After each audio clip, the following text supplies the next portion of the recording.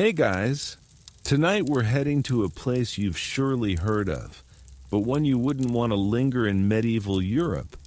More precisely, you'll get a taste of what life was like as a child there. Spoiler alert, survival isn't likely. The chances are truly against you right from that initial desperate gasp. Without vaccines, no dental floss, no online access, and certainly no convenient juice packs. So before settling in, take a second to hit like on the video and subscribe, but only if you truly appreciate what I create here. And share in the comments what time it is for you and which city you're tuning in from. Now, lower the lights, perhaps switch on a fan for that gentle ambient noise, and let's gently embark on tonight's adventure together. It's early morning, and a chill slips beneath the wooden door of a cottage darkened by smoke. You're entering a world that doesn't exactly welcome newborns with open arms. If your mother is fortunate, a midwife is present, though calling her that is generous. She's likely just the local woman who's assisted with a handful of births and thinks hanging garlic by the head wards off malevolent spirits. The space reeks of aged straw, smoldering peat, and faint drifts of manure coming through the wall's windowless openings. The bed is hardly a proper one. It's a hay-filled sack that creaks with every shift of your mother's body. The sole light comes from a flickering flame that's been fading for hours. That fire holds significance. It fills the air with haze, yet it also battles the frost.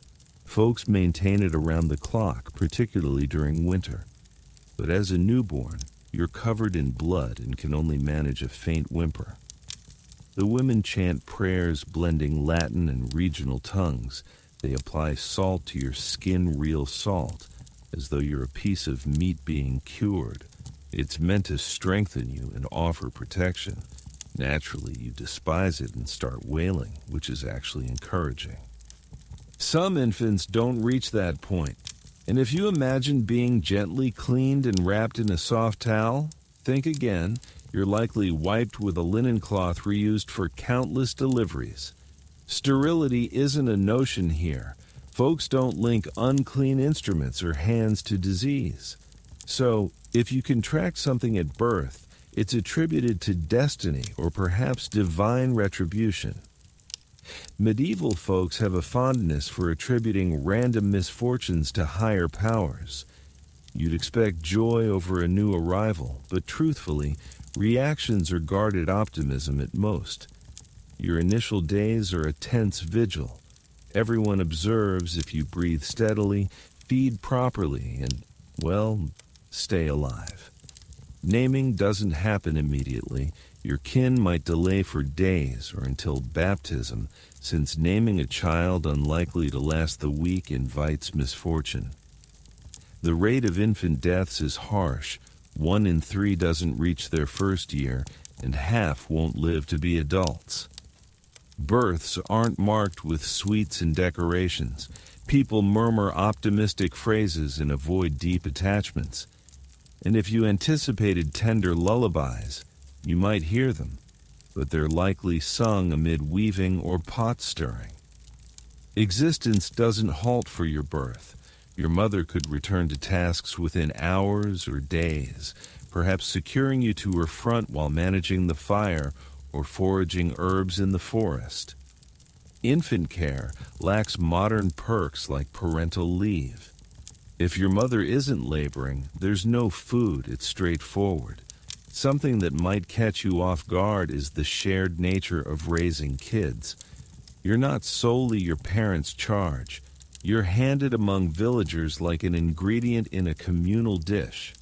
Elder siblings, locals, or a passing monk could take shifts cradling you or adjusting your wrap. Speaking of wrapping, swaddling isn't the adorable burrito-style bundle seen on social media nowadays.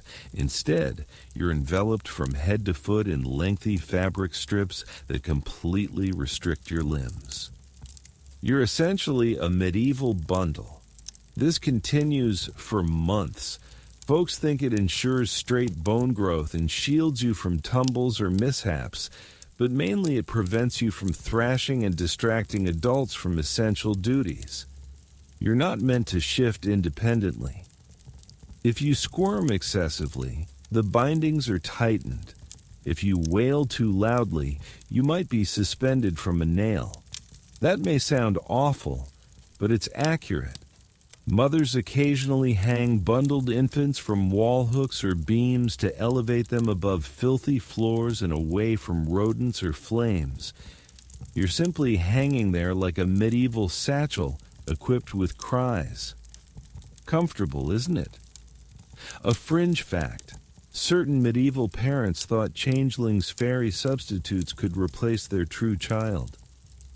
If you cried excessively, appeared frail, or simply seemed off, concerns arose that fairies had abducted you and left an imposter. Rituals existed, ranging from benign to dreadful, to compel the fairies to restore the genuine child. These might include abandoning the baby outdoors overnight or positioning them near flames. Child welfare regulations weren't established yet. Historians continued to discuss the emotional connections in medieval households. Some contend that elevated infant death rates led parents to remain detached or practical.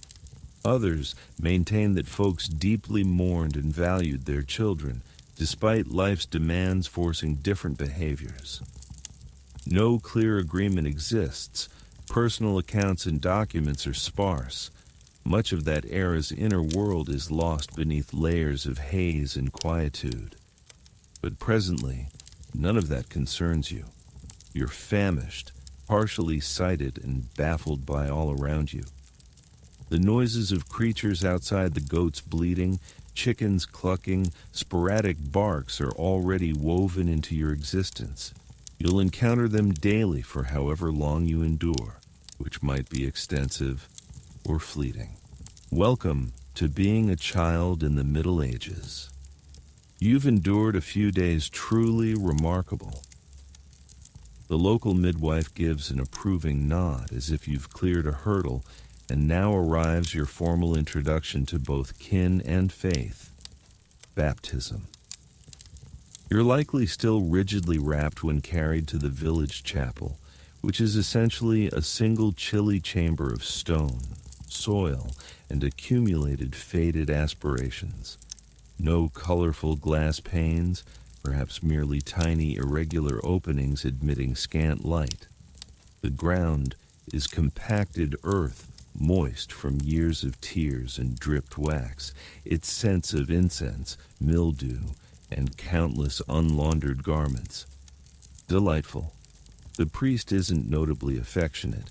He's an elderly figure who intones in Latin and regards your small, wriggling form with uncertainty, unsure if to admire or irritate.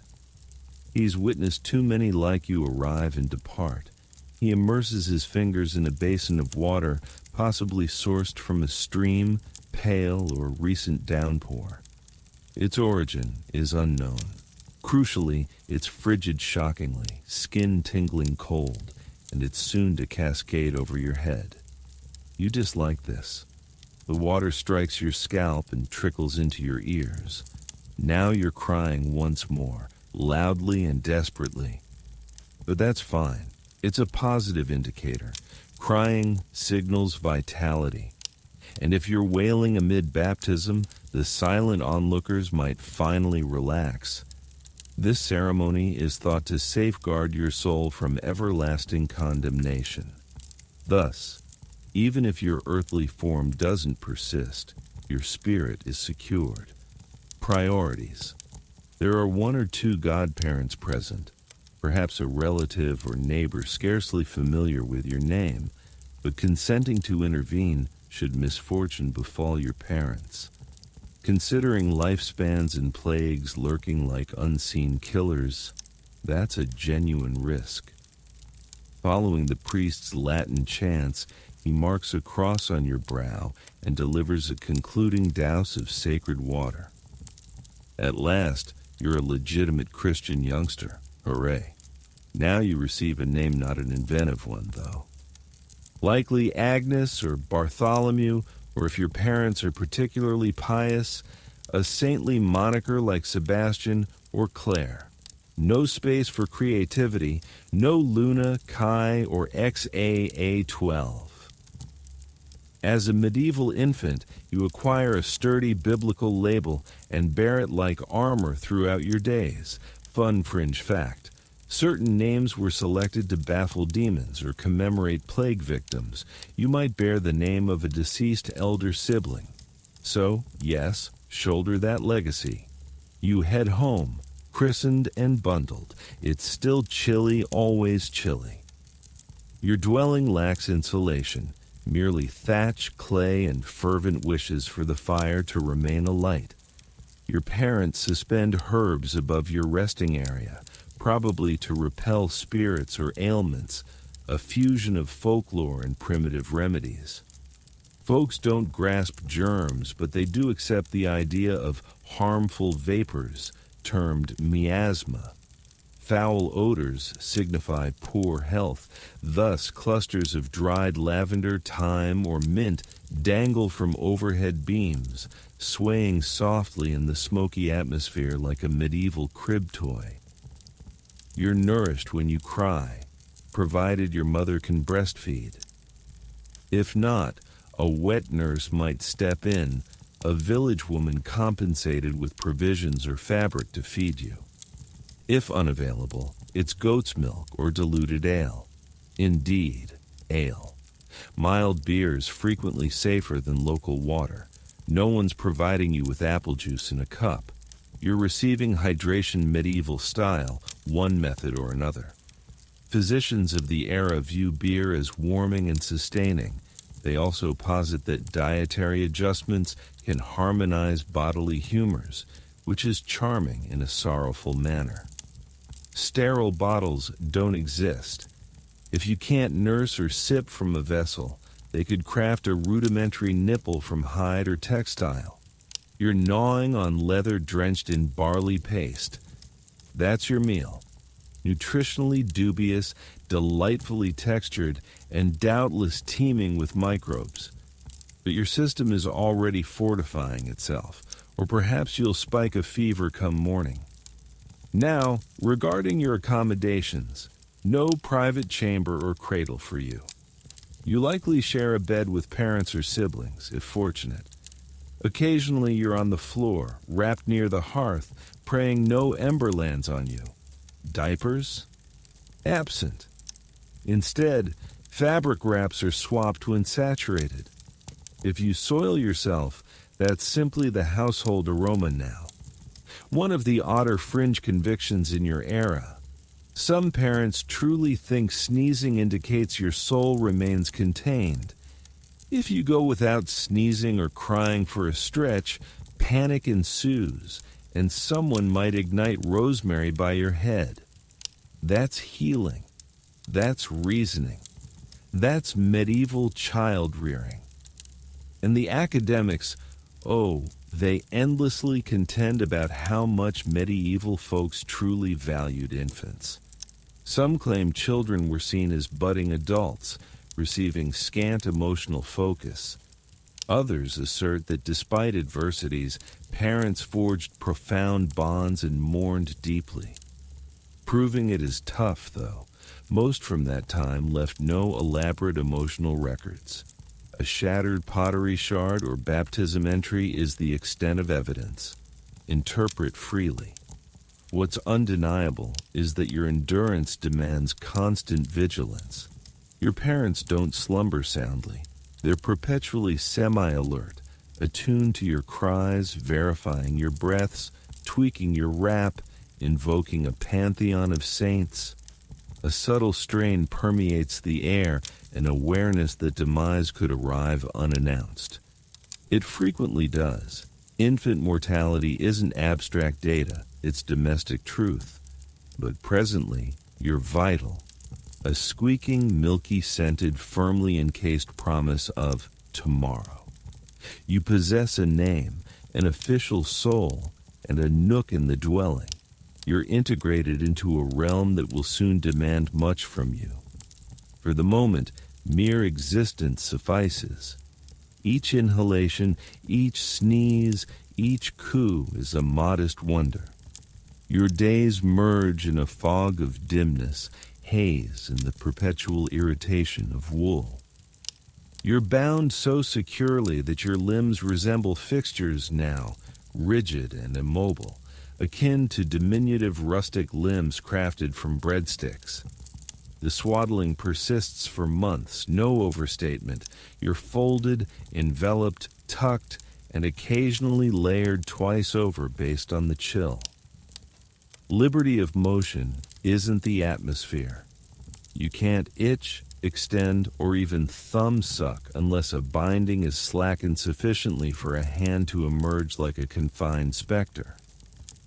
It's not that your parents aim for cruelty. They sincerely believe restraining your form straight aids proper bone development. It's rudimentary orthopedics, medieval edition. But you're unaware of that. You simply recline like a compact human wrap, gazing at the beams and hearing chickens scratch beneath the floor. Yes, chickens under the boards, perhaps a pig as well. Many households shelter livestock indoors in colder seasons to deter thieves and harness the surprising warmth pigs emit. So you're swathed in fabric, covered by sheepskin, and enveloped in pig exhalations and peat fumes. Home sweet home. At times, your mother or an elder sibling props you in a cradle, or more often, a repurposed wooden trough serving as an infant bed. These rock mildly if jostled, pleasant until a firm bump tips you aside. Cushioning is typically straw or aged cloth. You lie blinking, salivating, observing firelight flicker on walls. No spinning ornament dangles overhead, but perhaps a suspended herb cluster or wooden talisman repels nightmares and lice, though chiefly nightmares. Occasionally, they secure you to a plank of flat wood piece with straps, like a medieval infant board. This allows safe propping against a wall while parents handle daily routines. Your duty is to remain silent and avoid tumbling into flames. That aspect is vital. Central open hearths mean mishaps are frequent. Infants sometimes roll into coals, explaining the rigorous swaddling. Immobility prevents hazardous crawling. Another tactic your mother employs, suspending you from a rafter. Not alarmingly relax. She lifts your wrapped form and hangs it from a solid beam via cloth sling or basket.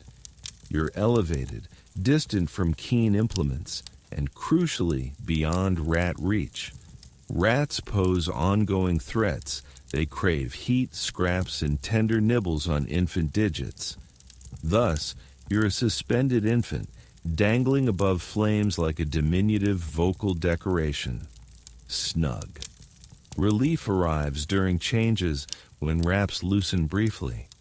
The cool air on your moist, flush skin is the day's peak. Yet even then, you're rubbed with a rag rinsed in the river, the same stream used for washing clothes, dishes, and sporadic carcass disposal. Your immunity seems exasperated. Nourishment remains consistent, maternal milk if possible, a wet nurse if fortunate, or mushy slurry steeped in ale. Feeding entails fabric dipped in oat gruel or goat milk, inserted carefully or less so into your mouth. You choke, splutter, and sometimes succeed. It's inelegant, but caloric. Retaining it is another challenge, and teething, that's a medieval nightmare unto itself. Teeth haven't erupted yet, but they're imminent. Folks deem teething legitimately perilous, potentially fatal. Fever, attribute to teeth. Rash, teeth too. Diarrhea, demonic teeth. So when your gums inflate and you gnaw your fist like a frenzied rodent, adults panic. Some apply honey to gums, Others offer stale bread rinds or leather strips. A common remedy, teething amulet, a fragment of bone or coral strung around your neck to deter spirits and avert incisor-related demise. In select regions, early teething signals infernal sway. Yes, diabolical infant teeth. Nothing encapsulates medieval welcome like a priest eyeing your gums suspiciously. Yet, amid this peculiar parenting, you're somewhat cherished. Your mother observes you ceaselessly, not solely to confirm respiration, but because in this harsh, peculiar realm, you embody fragility and optimism. She croons softly to you at dusk lullabies inherited from interred grandmothers, melodies of lambs, holy figures, and evading wolves. They're curiously soothing. Meanwhile, academics persist in debating if parents adored children as contemporaries do. Some posit high mortality deterred deep attachments. Others claim bonds were authentic, manifested via care, invocations, and protective routines. Truth likely resides midway, concealed in fractured scrolls and church ledger edges. But here's an undisputed fact. Infant survival in the Middle Ages is improbable. Maladies, inadequate cleanliness, accidents, and arbitrary misfortune lurk behind every straw bale.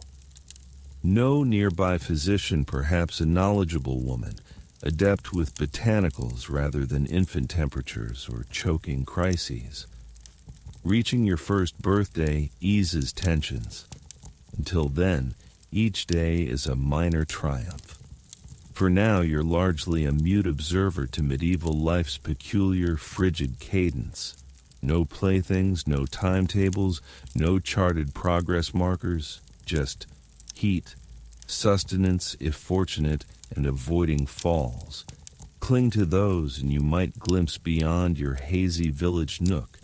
The fire pops louder today. You've lingered in this world sufficiently to emit sounds beyond mere gurgles and shrieks. You're likely flopping in your wrap like a startled minnow, eyes wide, gums glistening with impending trouble. Indeed, teething has commenced.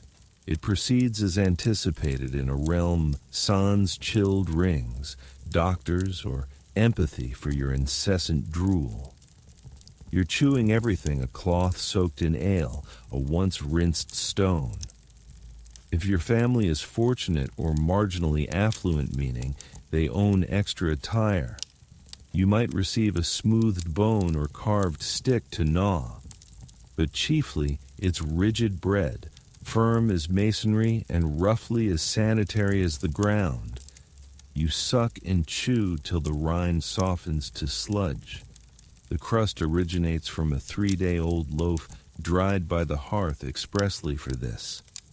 Medieval fare, where even infants commence jaw exercises. Naturally, you're irritable. You've got fever, rash, and cries hitting a precise frequency that leaves the household teetering on hysteria. No genuine remedy exists for your distress. A village sage might propose gum-rubbed herb mash bitter, odorous from tansy or wormwood. It tastes fatal and aids minimally. Yet, tradition endures. Now the endearing segment, your mother or grandmother, if surviving, might cradle your swaddled, teething self and enact a minor safeguard charm. Nothing elaborate, perhaps a whispered verse or thrice encircling your head with rosemary. It aligns with notions that ailment isn't merely bodily. It could be ethereal. Perhaps an ill spirit has gazed upon you. That's a concept, incidentally. Being overlooked implies a wrong glance curses you with colic or hiccups, utterly rational. And then the frog. Yes, the frog.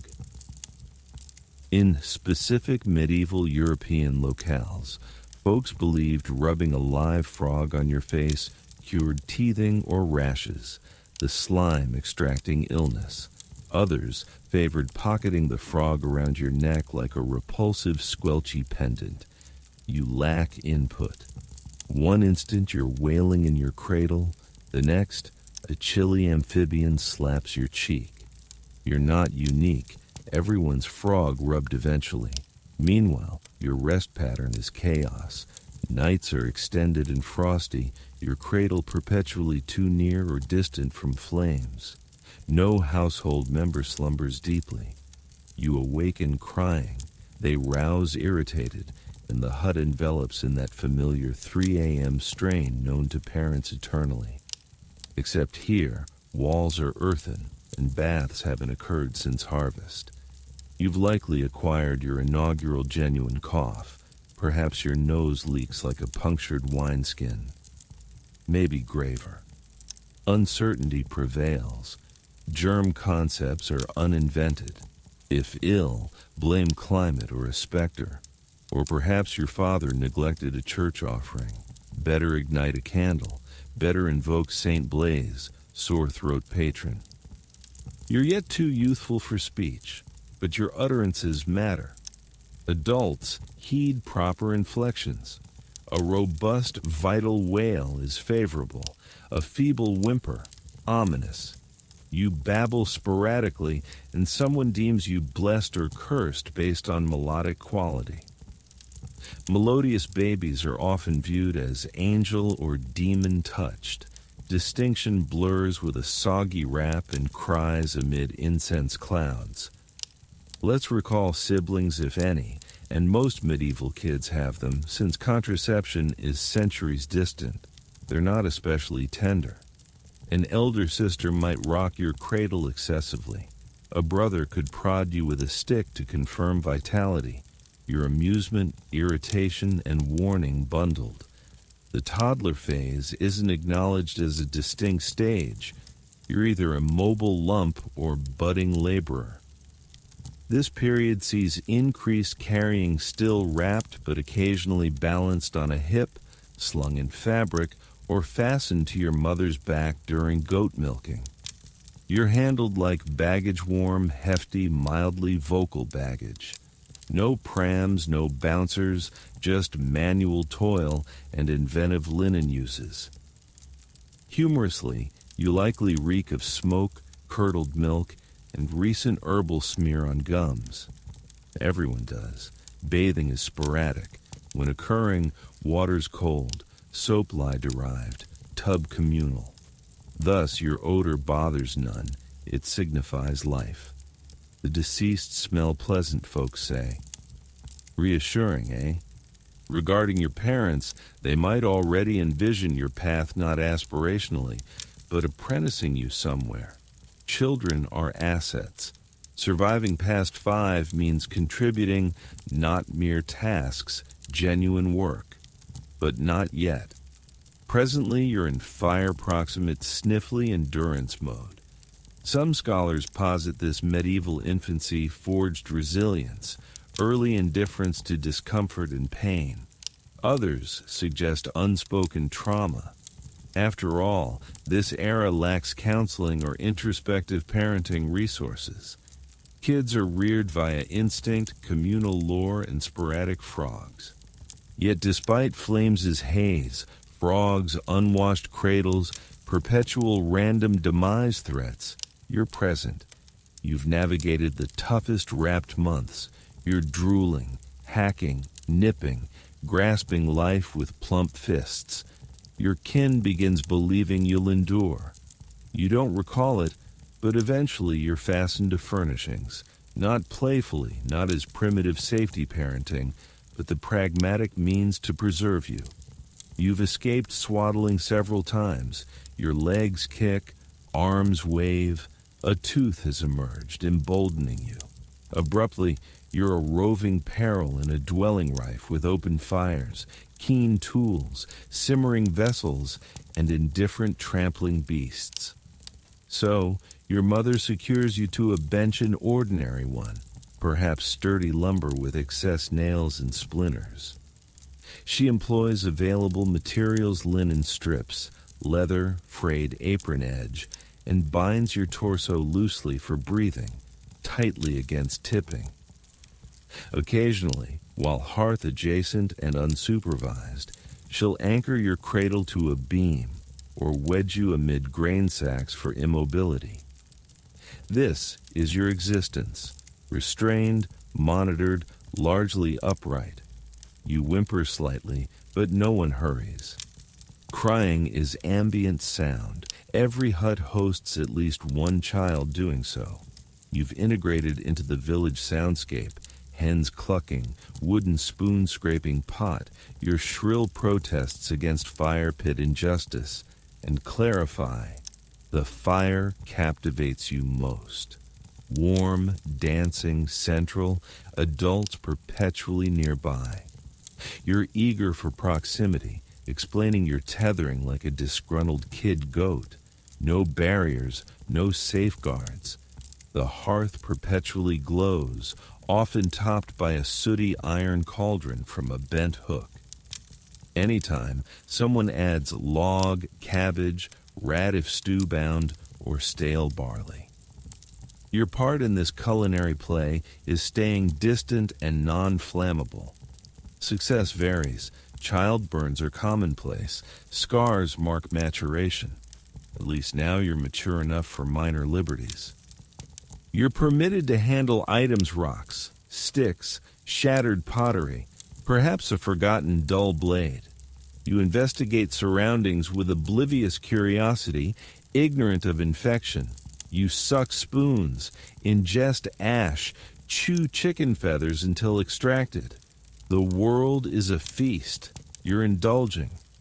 Your mother might position you doorway adjacent on mild days, light filtering, observing comings and goings. The lane is mud straw, lined with carts, dogs, occasional herded sheep market bound. You relish the bustle, despite manure sweat odors. This is your diversion, no marionettes, no music devices, just unfiltered, incessant life passing the threshold. Meanwhile, your kin discusses you as an individual, now a petite, unreliable one, but one. They note reactions, screams at approaching geese, laughs at sneezes. You've acquired words or noises parents claim as such. All actions are scrutinized, not for character, but utility. Are you robust, vigilant, clever typically meaning avoiding pig trough faceplants? Fringe fact. In certain European areas, precociously clever children raise suspicions. Excessive babbling, early walking, or toddler queries prompted wonders of supernatural touch. Changelings, perhaps, or fate-marked. Some families suppressed this, adorning with charms, moonlight avoidance, even reduced feeding to discourage spiritual growth. No stress. While your family nurtures with effort, resources strain. Food scarce, rest fragmented. Your mother's hands sore from laundering and water hauling. Your father absent days, toiling unowned land or settling incomprehensible taxes. Siblings already labor somewhat. Yet here you are, bench-bound, chewing vaguely edible, observing chickens pilfer floor grain. Scholars occasionally debate medieval parents-child development awareness. Some claim kids viewed as mini adults, minds skipping infancy toward childhood, urging productivity ASAP. Others note nuance. Even in 1300s, childhood phases recognized via rituals and evolving expectations. Laws differentiated ages, particularly nobility. But for peasant you, no celebrations or trackers, just today and not yet hearth-fallen. And someone's always observing, even seemingly not a grandmother invoking while mending cloak, cousin glancing while porridge stirring, neighbor verifying knapside breaths. Herein, community equals survival. It takes a village not sentimentally, but due to high mortality and scant time. Today you might endure till dusk unharmed. You'll slumber with legs prickling from prolonged binding. Fire dims, someone drapes woven wool over your frame. You'll dream infant dreams, milk, warmth, that staring goat. You're secure momentarily, held not by crib or monitor, but this world's stubborn, smoke-laden endeavor to sustain you. It unfolds gradually, nearly unnoticed. You've gnawed everything visible, emitting dubious squishy sounds while nibbling table legs and blanket corners. Then one day, biting cloth yields a crack that noise, a tooth, your initial tiny spike-piercing gum like pale rock in crimson soil. Congratulations. You've formally entered medieval teething torment, Phase 2. Spoiler: unenjoyable. No baby's first tooth snapshot, no thrilled journal note, just your mother observing increased drool, cheesy breath, and newfound baseless nighttime shrieks. Everyone sighs. Here we go. Another extended effort to sustain, soothe, and preserve you amid mouth betrayal. Your gums bulge like overripe berries, furious and sensitive. You shriek, biting desperately for relief. Bread rinds, aged wool, spoons, anything's chewable. You're a vengeful pup. But gnawing suffices not. Fevers commence, forehead clammy, cries escalate. Your mother fans with apron, invoking Saint Apollonia, dental crisis, Saint despite dentistry's non-existence. Better cautious. Here's the issue. Medievals don't distinguish teething from disease. Sickness during eruption? Tooth's blame. Fever? Tooth. Diarrhea? Tooth. Eye infection? Possessed tooth. Likely infiltrated demon. Teething becomes omnipotent antagonist. Caretakers attempt all. Honey on gums, herbal poultices, cheek soot smearing for inflammation extraction.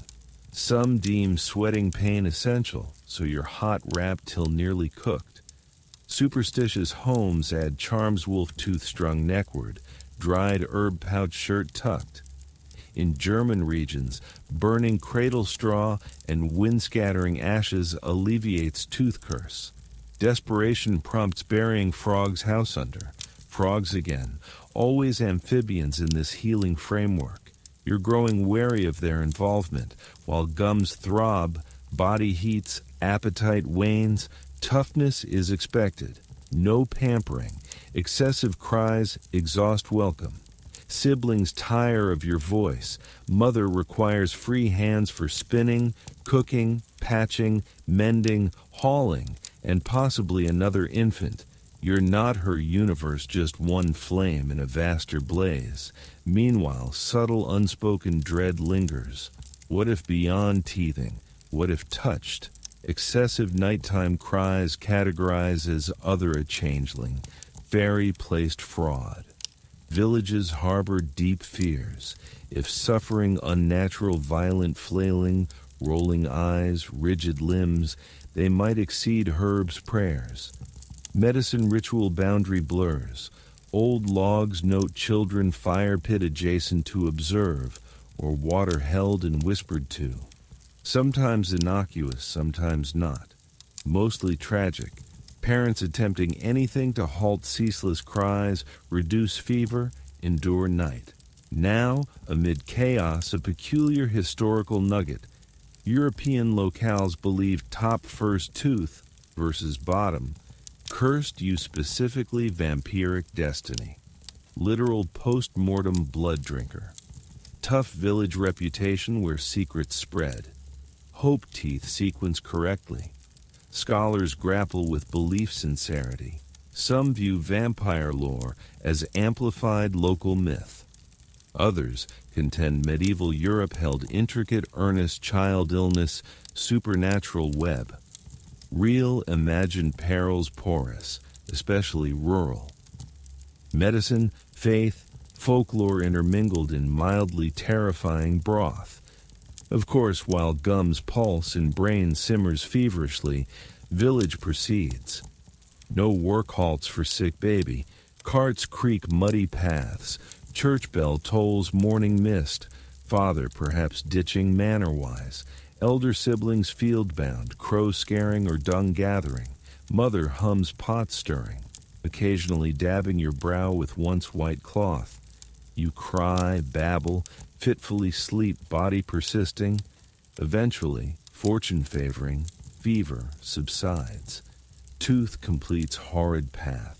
You cease aggressive furniture gnawing. Village quiets whispers. Mother palms your chest, sensing deep breaths days first. Unspoken, all think, this one might survive. You're tougher, not stronger precisely, but tempered. Your forms endured more than some contemporary adults. An impending tooth? You'll shriek, but perhaps briefly. Maybe mother recalls effective trick. Maybe frogs rest. You've overcome another bizarre, ancient, medieval childhood ordeal. You've been herb-rubbed, cursed, likely blessed, and certainly flea-bitten mid-fever. Yet here you are teething, flourishing, one molar nearer yearly survival. You're walking now, not skillfully, not assuredly, and certainly not quietly.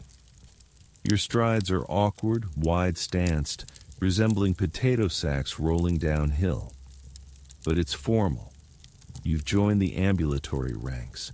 You stagger across uneven dirt floor, arms elevated like a tipsy diminutive monk bestowing unsolicited benediction. Occasionally, you plummet face first into straw, or less agreeable. But aid arrives only if bleeding. Here, falling accompanies walking, surviving. Now, mobile autonomously, the world expands, and it's unprepared. The family's hut, once cozy cocoon, now medieval hazard course, sharp edges, open fires, boiling cauldrons, slick floors, livestock. You waddle amid goat legs, under tables, over wood piles. A sibling crowns you with bowl, dubbing Sir Knight for glorious 10 seconds, your room's mightiest. Then pig trip. Yes, pig 1 or 2. They slumber hearth corner, snoring like damp accordions, daily tail-stepping. Chickens flee your advances. Mother glances constantly from spinning or weaving to track wanderings, your ambulatory mishap imminent. She grasps you when possible, but back-turned, your broomstick gnawing or chamber pot licking. Hygiene? Unencountered, never will be, frankly. Your diet evolves too. Milk human or goat no longer sole sustenance. Now, mashed or thinned adult fare, stewed veggies, pottage, broth-dunked bread bits, fortunate spoonful egg or cheese sliver. Mostly thick gray porridge with enigmatic specs herbs or prior remnants. You hand-eat, spoons untrusted yet. You cram food faceward with consequence-ignorant zeal. Eat till mid-bite nap. You consume beer, now small beer, diluted child or sick variant, not heavily alcoholic medieval electrolyte. Safer than water, streams browned by carcasses or leaky privies. Unboiled its dysentery handshake, so beer. Cheers, toddler. Naturally, not all agrees. Sometimes cramps. Diarrhea strikes mid-step, fate accepted. No panic they wipe, river rinse cloths. Perhaps pray it's not worse onset. Here, gut issues gateway myriad ills, few concluding happily. Meanwhile, you're speaking sort of. Words emerge half-formed. Maternal accent mush, paternal swears, priest chants. Key terms: fire, goat, bread, no. You echo everything, including profanities eliciting laughs or raised brows. Some homes foster language via rhymes or songs, others demand silence or avoidance, varies by razors or sleep levels. A fringe notion infiltrating children nearest spiritual realm. Freshly born, unsullied by sin, Folks think you perceive ghosts or angels or devil. Prolonged corner giggle. Prayer mutters, nightly timed cries, invisible visitor suspicions, quiet tales of toddlers seeing unseen, conversing invisible figures. You're oblivious to induced existential dread, merely entranced by shadows or firewall dance.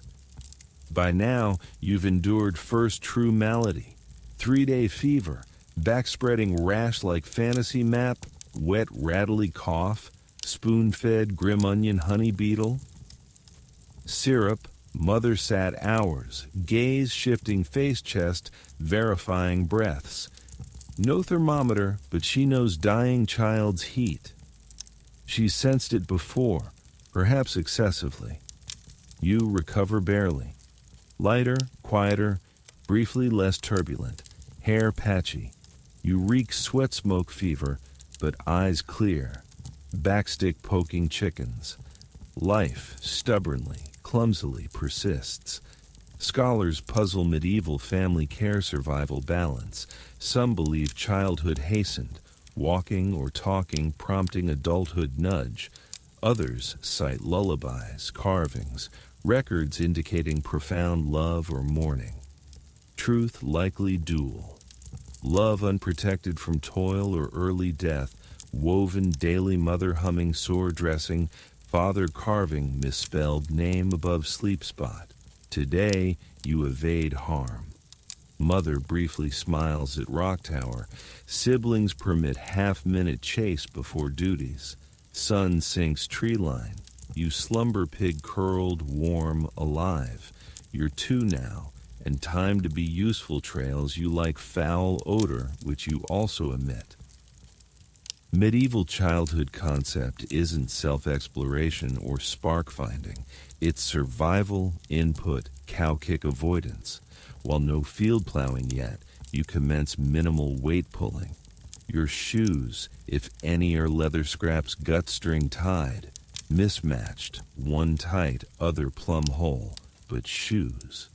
Most kids barefoot spring fall, soles toughening like mini warriors. But your fortunate feet protected implies longevity expectation. Now, ambulatory, command following, occasionally aimed urination, your official household contributor. Nothing major, but help expected, firewood one stick carrying, grain bug picking, knife holding chicken stilling. You misunderstand often, but learn mouth shut, hands busy.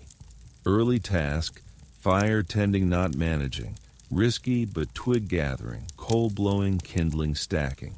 Fire's life, heat, food, light, sometimes penalty. Respect taught early, even as it hisses at pink fingers.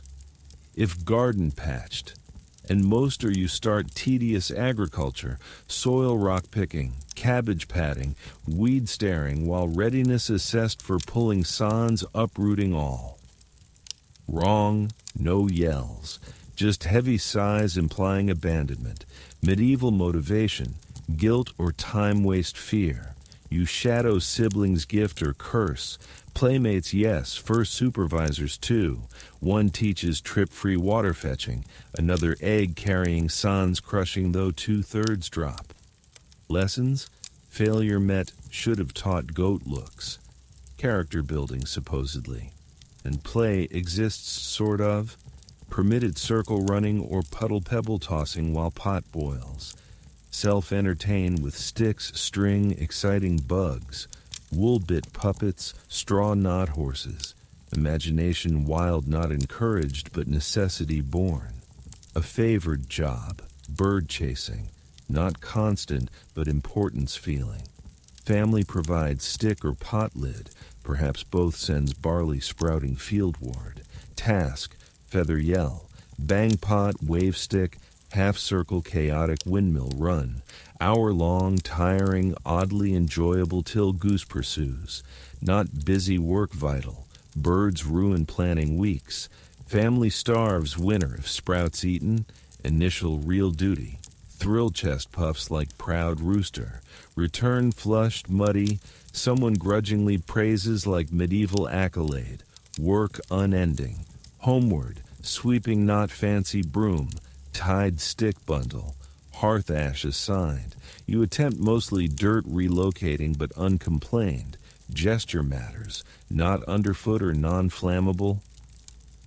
Helpful, historical oddity, regions trained young kids memorizing family prayers or chants pre-sentence formation, repetition key, parrot lines uncomprehendingly, Latin liturgy not monk-exclusive homes, lullabies, chores, sweet murmuring garbled Ave Maria, half-blessing hearth. Toys? Few. Lucky lords or merchants or craftsmen kids, carved wooden animals or painted dolls. You, sheep resembling rock, pretend pet or brother throne, prized till taken. Play or work. Blur, mimic chores, pot stir pretend, chicken scold mock, twine waist tied, plowing dirt stick. Not self-expression, encouraged utility. Sooner mini-adult appearance, better. Historians, play labor blend psychologically harmful, or resilience or responsibility or skill building, or all known. Childhood lacked soft boundaries, corners or calluses. Learn doing or failing, hope notice pre-ox trampling. By sunset you've contributed, birds chased, bucket carried, mud fallen, once cried, unnoticed. Day ends hearth huddled, half hearing incomprehensible stories, night dragons slaying or neighboring red sickness gossip. A sleep floor curled like dog, soot-nosed, straw-mouthed, two, perhaps two-half, numbers or birthdays unknown, nor poor life expectancy. But no, work food, noise, you're in trouble, survival, your daily duty. You're four, roughly age villagers appraised deciding, ready bird shouting field alone, right-ish. Today, own pot lid or stick-handed, minimal fanfare, march shoot patch with confident sparrows, no escort, no oversight, just sky point don't crow barley everyone departs, terrifying or thrilling, alone truly first time, village smudged rearward, forest darker ahead, task simple, stay, loud wingless crops, but four, hour in, stick sword, birds dragons, lid shield. No scared peasant warrior, grain guardian, muddy farmland hero. Till geese arrive run. Bird scarer or bogle boy regions, first real job. Unpaid save boiled turnips or head pats. Stand hours clapping or yelling, boredom song inventing. Sometimes cloud stare skyships. Other shadow chase pointless, lonely, repetitive, slightly enchanted, small in vast world, realizing bite or peck or eat desires. Lunchcloth wrapped, bread hunk, cheese pretending wedge, cold porridge lump, rock sit, food attracting chaste birds, irony abundant, vocabulary lacking, just scream or arm wave till retreat. Rain, wet, hail, pelted, sun, skin peels or freckles, no umbrella or shade or complaints. Learn head rag wrap mother style, tunic knee pulled mud avoid. Learn squat or hunch or run or accurate rock throw. Skills now. Danger not solely feathered, forest thick or dark field edge, stories, wolves or witches or bandits or worse. Real or invented wander prevention, glance trees multiple, half expecting glow eyes or self-playing flute, stay post-close, limits untested. Sometimes nearby kids own plots, shout crossfields nonsense or rude gestures, invent pebble or stick imaginary target games, brief social moments, but mostly silence or shouting, own echo barley sea, return, legs sore, hands sticky, hair burr filled, no parade, weak ale cup handed, eat sit, but mother glances differently. You ventured or returned. Means something, unspoken. Around this age, Local priest notices more? Not creepily, hopefully, but Latin prayers time. If family ambitions beyond fields and gender or luck or father alive dependent you church regular. Stone bench leg numbing, incomprehensible long passages, pick words, Dominus, Amen, mouth like spells, real education field or home, plant recognition, heal or burn or chicken sick, storm sky signs, tired goat sound, pig chase bite avoid, muddy slope upright, berries food or hallucination causing, fringe, fact, medieval England or France kids pre-7, age of reason, supernaturally attuned, asked omen observe, clouds or birds or dreams adult interpreted, consulted pre-planning or wedding, innocent or spirit closest, little prophets or trustworthier than drunk uncle, but kidding not, your mostly potential tool, muddy shrieking sleepwalking project, opinions irrelevant, effort counts, weird limbo, no helpless baby, not apprentice, placeholder, living more work reminder. Historians bicker this age, carefree outdoor play or imagination, or labor or obedience slide start? Probably both. Cloud castle moments, waving barley waves, hunger forget, balanced sore feet or pecking birds or constant low replaceability awareness. Tonight, straw bed curled, muscles aching, goose shouting or crow chasing, something felt, pride or home smoke warmth comfort, food earned, woods unlost, birds barley free, medieval win. Let's discuss fun, medieval style. By now, wondering toys arrival. Answer, don't really. 5 now. Playtime exists chore or meal or shout cracks. Play unwatched or no better use. Don't expect wooden train chest or hand-stitched dollhouse. Toys, reachable, unconfiscated, so medieval kid fun starts ground, dirt canvas or table or friend, stick scratch patterns, mound castles, stomp dust heroic reenactments, rock soldiers, pine cones monsters, imagination monotony sharpened, supervision lacking, prized, bent spoon tanner shop found, unofficial loose floorboard hidden, everything, sword or ladle or scepter, till brother finds or steals or fire melts, science. Cry, he slapped, spoon legend family saga bent iron. Lucky, carved toy-wheeled horse or crude cloth bundle doll stitched Dot's face. Limbless or voiceless or wardrobe less. Carry like grail till pig eaten, real possibility. Medieval village pigs, enormous aggressive garbage hoof disposals, eat all including fingers slow. Games, chasing or hiding or throwing. Village kids, ragged, loud, barefoot chaos agents run building laps or animal pen or possibly sharp grass patches. Hide, seek, favorite, dicey, hayloft, nap, full search, or fairy abduction accusation. Fine, just napping. You play fire not intentionally, but fire ubiquitous, danger fun line thin. Straw toss, hearth watch vanish. Close sans hair singe, touch forbidden pot, learn quick or painful. Friends, ragged snotty bruised group, bond shared bruises or noses, trade string bits or shout nonsense rhymes, adult copy laugh or swear timing dependent, learn barely songs, chanting taunts or local gossip, one miller's wife feed insulting, joke, meaning unknown giggle worthy. Seasonal festivals real fun jackpot though, fun medieval translated. Feast days, churchyard games, mud wrestling or stick fighting or circle dancing shrill flute owl attracting.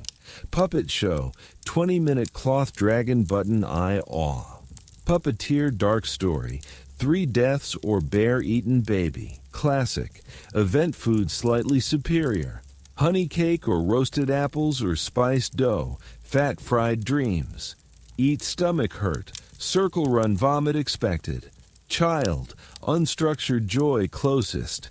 Sometimes traveling performers, jugglers, or fire breathers or musicians. Wide-eyed mouth-open watch, mud or bug bite forget. Dream juggler or air flipper. Then bucket fetch or sibling pull. Dream bones tucked. Then firelight stories. Whispered straw mattresses, mouth-passed spells. Fairy tales, uncharming warnings, stolen children's spirits or disobeying boys, forest vanish, or girls wolf speak unseen again. Woods creatures devour, strangers cursed, yet beg repeats. Love, fear story safe kind till lone forest walk. Quirky, toys dead animal made. Pig bladder inflated or tied, fantastic ball light or bouncy or horror scented, kick squealing wobble air till pop, back rocks or sticks. Scholars debate medieval kid play, life too harsh or survival focused, or art or written kids hoops or dolls or board games. Truth complicated, play yes lying around items post chores or underfoot avoid. Joy allowed, unscheduled. Today, pot lid banging or mud running shoe lost, fire collapse, hands scraped or knees green or nose leaky jug. But smile. Brief minutes, no work or no yell.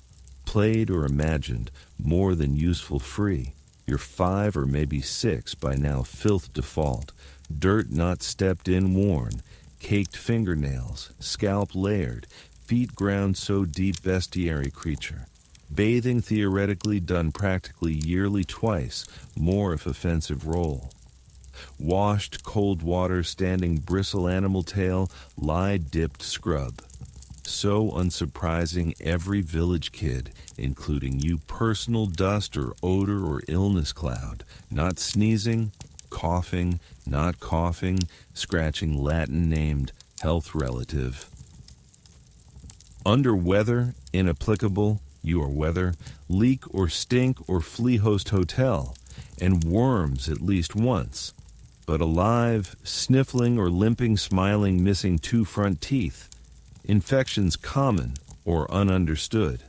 Swollen leg lump, goose fat rub or call done. Fever, warm rag wrap or onion bowl bed under draw heat. If fails, wise woman more onions.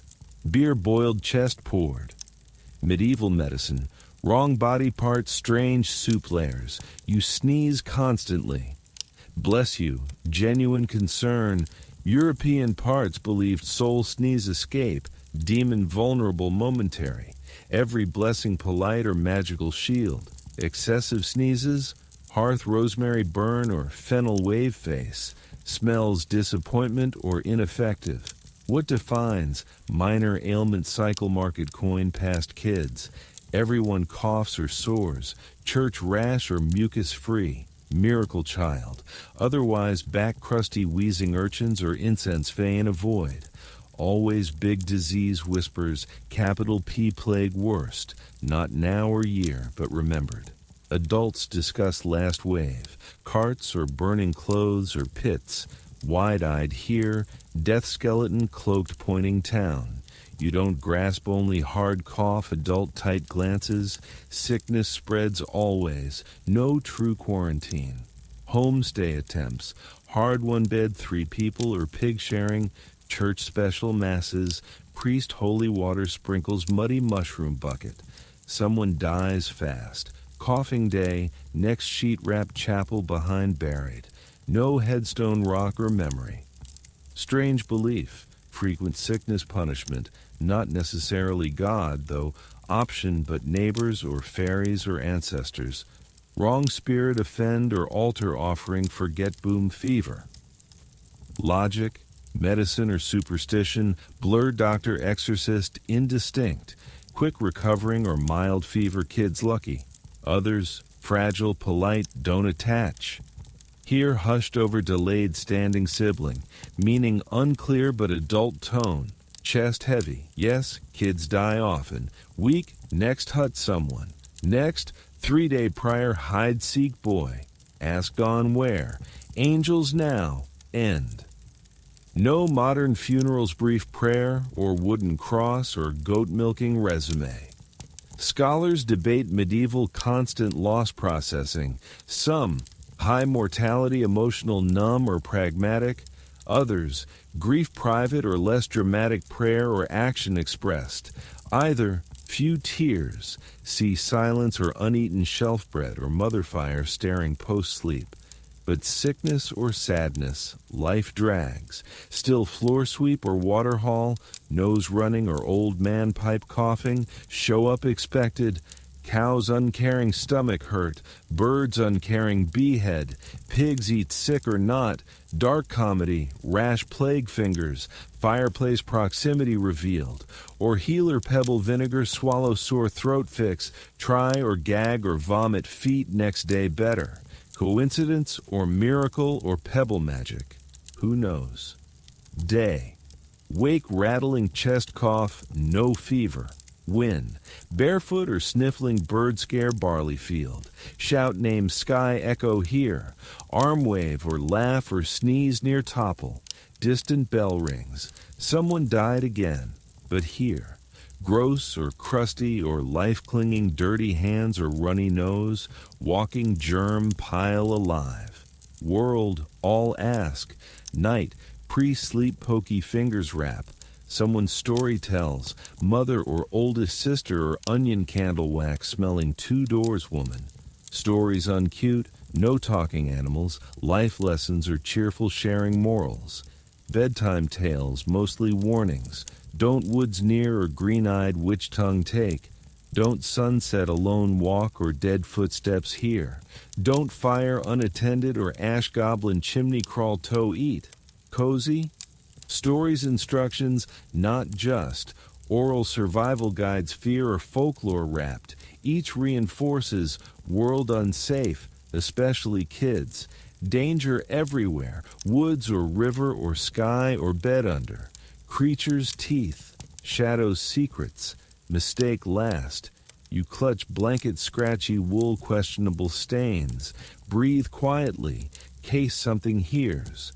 Book unseen or unrecognizable head fall. Stories mouths, not pages, chapped lip travel. Shifting retell. Grandmother swears fairy baby night steal. Cousin insists goat feet man church behind. Brother claims forest trees whisper unwatched names. Believe all, why not?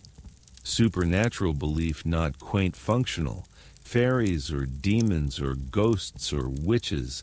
Ecosystem part like squirrels or wolves.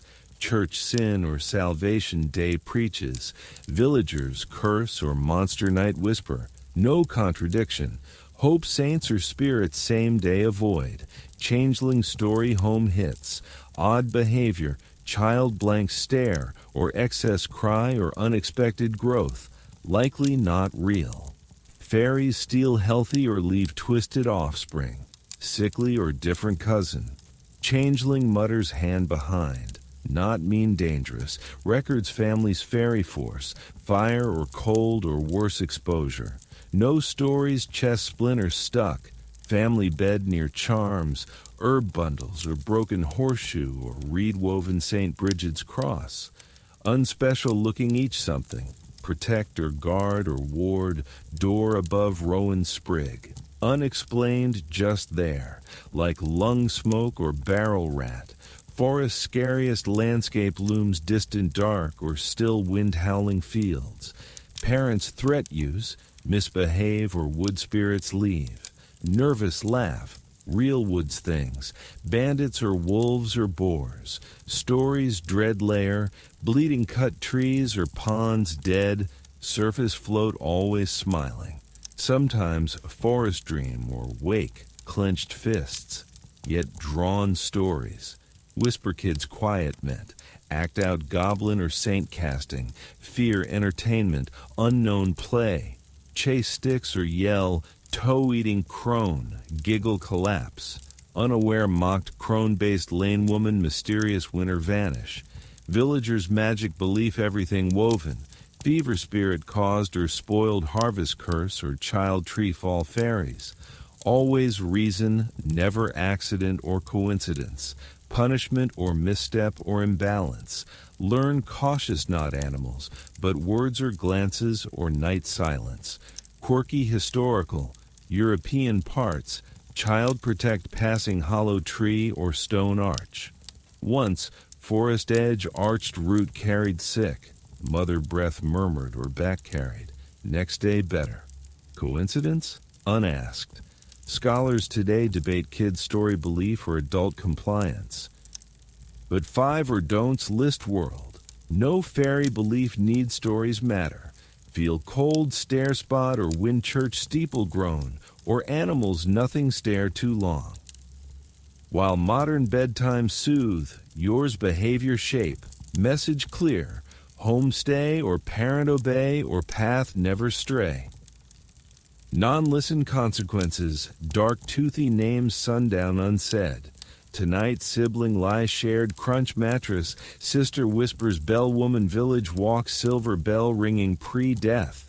Tunic hem clutch wide eyes, wind shutter scratches, stomach growls hungry or scared unsure. Sleep drags under, dream voice filled forest friendly or not. Walk church taller trees, pot lid hand bare feet moss sink. Distant something name sings, wake sore or coughing usual. But tonight briefly fears different face welcome. You are 6 now, which in medieval timekeeping is roughly the age when people stop seeing you as a small child and start treating you as a smaller, less capable adult. The change is subtle but clear. People begin expecting more from you, not just to assist, but to learn things, to recall, to repeat, to heed the initial instruction or face repercussions. There's a tension in the atmosphere now, like the warmth from the flames, persistent and inescapable. You've entered the should know better by now stage of your short, muddy existence. And unless you were born with wealth and a title which you weren't, your education, if any, will occur in one of 2 places. At home or in the hard wooden seats of a small, echoing church that smells of dampness and fading candles. Either way, it's not going to be enjoyable. There's no colorful glue, no group songs, no daily liturgist regulations, repetition, and someone older than the hills barking Latin at you as if it's your native language.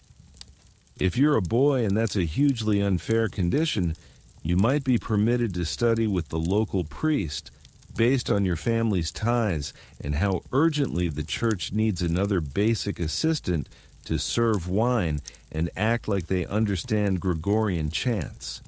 Your classroom is likely the chilly rear corner of a church or a monk's cramped room with 1 window and 2 books, neither of which you're allowed to handle. The ink costs a fortune, the pages are invaluable, and you're a sneeze from destroying both. Learning to read isn't assured in fact, it's uncommon. Most peasants never read anything in their lives, but boys showing promise, meaning sons of landowners, clerks, or somewhat ambitious parents might learn letters through hours of chanting, warnings, and the occasional strike with a rod. The alphabet is recited like a sacred song. You learn by singing it in sync with the other boys, your voice bouncing off the stone walls, each vowel a quiet plea for freedom. You don't comprehend half the words. You don't know why you're memorizing them, only that it pleases someone when you succeed and angers someone when you fail. The letters themselves seem enchanted, odd, pointed marks on parchment that can supposedly speak when viewed correctly. It's all somewhat absurd. And yet you try, because trying is safer than not. Now, if you're a girl, it's a different tale. Unless your parents are exceptionally forward-thinking or eager for a literate nun in the family, your learning is household-based, passed down like sourdough starter. You learn by observing and performing. You learn to thread a needle, to stir a pot without scorching your hand, to spin flax into yarn, to carry water without spilling it over your shoes. These are your alphabet. Your words are counted in bread loaves and clean fabrics. Sometimes your mother or older sister might teach you a prayer whispered as you sew. You repeat it softly, not because you grasp the meaning, but because it sounds like safeguarding, like breath-made protection. Most days, though, education comes through shouting. Adults yell directions while chopping onions or chasing pigs, and you're expected to soak up knowledge like a sponge absorbing soup. If you ask too many questions, you're told, God gave you 2 ears and 1 mouth for a reason. If you don't ask enough, you're smacked for messing up. So you aim for balance, quiet, observant, and always pretending you knew that already. One strange thing you're constantly taught, whether through church or superstition, is obedience, not just in deeds, but in thoughts. You mustn't challenge authority, not the priest, not your parents, not the order. Your body isn't entirely yours, neither is your time. You're a link in the chain of work, duty, and devotion. The sooner you embrace this, the smoother your days become. Resistance is for holy figures and insurgents, and you're neither. There are no school chimes, no prepared meals, no breaks. If you're studying at church, you arrive pre-dawn and depart when your knees are numb and your head throbs. If at home, your session ends when tasks begin, and they always start early. Fringe fact. In some monastic schools, students learned by memorization not only language, but also penalties. Some had precise charts. Mispronouncing a word got a slap. Dropping a wax tablet earned a cane to the hand. Forgetting your Latin that was atonement, and a lengthy talk about the devil murmuring in your ear. You'd assume these spots would be gentler to kids. You'd be mistaken. The only enjoyable part of church school is the occasional melody. You might learn to sing mass sections or a psalm. The tunes are slow, meandering things that lodge in your mind like burrs. You hum them while fetching water or stirring ashes. And if you sing well, someone might even grin at you. That's worth more than food on some days. Beyond the scarce schooling, most of your learning is labor. You're taught to thatch a roof, stack wood, gather herbs without poisoning the stew. You learn safe mushrooms, berries that stain your fingers red, and how to distinguish a sick goat from a lazy one. This is your syllabus. The woods, the flames, the fields, the fevers. The discussions among historians continue fiercely. Was this a forfeited childhood, a harsh preparation for adulthood? Or did children have a different freedom, one without structure but rich in independence? There's no agreement, only pieces, images of kids herding sheep, verses about wild boys, notes from monks grumbling about students who pass gas too much during prayers. Today, your lesson encompasses all of it. You transport a heavy jug without spilling. You recite a prayer at twilight without faltering. You recall how to bundle nettles without stings. No one awards you a star, but your mother looks from the hearth and doesn't frown. Your brother hits your head a bit less forcefully. The priest nods when you murmur Kyrie eleison in the correct beat. You don't know a lot, but you know enough to avoid strikes, enough to avoid hunger, enough to endure, and in this world, enough is the top score you'll achieve. 7. You're 7 now. The number swirls in your thoughts like a smooth stone, lucky, holy, old enough. Old enough for duty, for labor, for the solemn nod your father gives you one morning that signals you're prepared to depart. It's not particularly theatrical. No ritual, no farewell meal, just The typical gray dawn, the usual nip in the air, and your mother slipping an extra piece of dark bread into your hand while whispering softly, "Today, you're being passed on." This is your first true shift. Not a birthday, not a ceremony, but a sensible change in custody. You've been apprenticed, kind of handed over, loaned out, however you put it, the idea is the same. Your family can't afford to sustain another mostly unproductive mouth, and someone else requires a child to sweep floors and perhaps eventually master a craft. So you depart. If you're fortunate, and again, this whole existence depends on the flip of medieval fortune. You're assigned to an artisan, a barrel maker, a weaver, a cobbler, someone who crafts with their hands what people will purchase. If you're truly fortunate, that person doesn't despise children. They might even have their own, and you join a makeshift group of siblings, sleeping on communal mats, snatching dinner bits from each other's dishes, and learning to pound wood without losing a digit. The first day is frightening. You carry a small bag with 2 garments, a spoon, and a packet of your mother's herbs hidden like a secret. The town isn't distant, but it seems alien.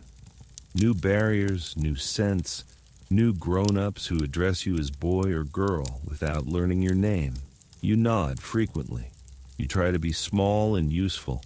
You smile, but not excessively. Smiling can appear defiant if mishandled. You're presented to your new overseer. He examines you like an unwanted stray dog he's obligated to feed. He instructs you to address him as sir or master or remain silent. His wife doesn't smile. She assesses you like a chicken ready for plucking and warns, "Don't shatter anything." Your new sleeping spot is a heap of old fabric by the fireplace, beside a fractured jar of nails. The apprenticeship doesn't commence with abilities. No one gives you a chisel and says, "Let's construct something." First, you sweep endlessly. You sweep dust, wood scraps, fabric pieces. You empty waste pots. You fetch water. You scour benches with rough brushes until your knuckles bleed. You're continually tested, not only for compliance, but for stamina. How many hours until you weep? How long until you speak improperly? They're observing, evaluating. But amid the toil, you begin to absorb. You observe how footwear is sewn, how bellows fuel the blaze, how the loom sways in gradual rhythm like a drowsy colossus. You start identifying materials, quality wool, poor thread, ash versus oak by aroma alone. No formal instruction, you learn via repetition, errors, and sporadic curt directives. You're literally molded by the labor. There was no fixed duration for apprenticeship at this age. It's all vague pacts and vague assurances. "He'll remain until he's ready for actual work," your father stated. That could span years. It could be perpetual. Many children never go back home, not due to death, though many perish, but because they're integrated into the master's household. They adopt the surname. They wed into the family. They transform into something different. If you're unfortunate, and odds suggest you're not trade apprenticed, but servant sent, you retrieve, transport, clean, comply. No skill acquisition, you become an instrument. And while not invariably harsh, the household lacks emotional stake in you. You're interchangeable. Arm break? Reprimanded for clumsiness? Cry? Do it silently unseen. And if a girl, rules are keener. You're expected to labor, clean, eyes downcast. You learn home arts urgently because too soon, you'll be marriage age, or worse, vulnerable to men viewing you as household fixture, not individual. No safeguards, just murmurs, cautions. Stay lit. Avoid post-dark linger. Head low. Girls mature swiftly. Childhoods conclude earlier, often unnoticed. But even amid ash or commands, moments exist. Sneak fresh bread nibbles. Laugh with fellow apprentice over bungled task. Hum mother's old songpot scrubbing. You're evolving into something someone even nameless. Becoming adept, perceptive, wary, and somehow empowered. There's scholarly contention if early apprenticeships exploited or educated. Some claim medieval kids essentially bonded servants. Others note skill transmission, eventual freedom or land or repute. Both valid. Some abused or exhausted or discarded. Others masters themselves. But all like you started bottom, floor broom. And today you sweep. Count blisters or keep silent. Memorize tool motion sounds. Dark knot practice. Listen again better. 7. Unsure if life future or stepping stone. Tomorrow broom awaits. Perhaps hammer graduate. Church is far less thrilling than forest tales suggested. You envisioned gleaming or sacred or magical. Instead, cold echo stone or damp wool smell. Expected to attend regularly now. Crossed invisible helpless child or small sinner line. Church no play spot quiet suffering place. You suffer incomprehensible Latin hours, knee-numbing kneel, dizzying incense goat choking. Wear best tunic least mended hair, rough-combed pre-departure. Shoes if afforded pinch or sweat unholy. Church short village center walk, but inside temperature drops. Everything darker expected, even tiny window light dust century filtered. Not always family seated. Kids often backer sides, adult glare efficient, shuffle quietly, head bow taut, fidget avoid. Benches tall, feet dangle, knees sore, pre-second prayer. Your role, observe or mimic or absorb, piety, smoke-like. Priest-heavy robes, voice-droning Latin river head bob timed. Most ununderstood, but words stand. Peccatum dominus. Serious or sacred or dangerous sounding. Breath say. Syllables forbidden or ancient tasting. Services long longer anything except harvest days or winter, sleepless hearth sittings gnawing bread ends. Expected kneel or stand or sit or bow or repeat congregation timed. Off second, mother arm pinch, not hard, understanding enough. If letter-learning priest or monk, also prayers long.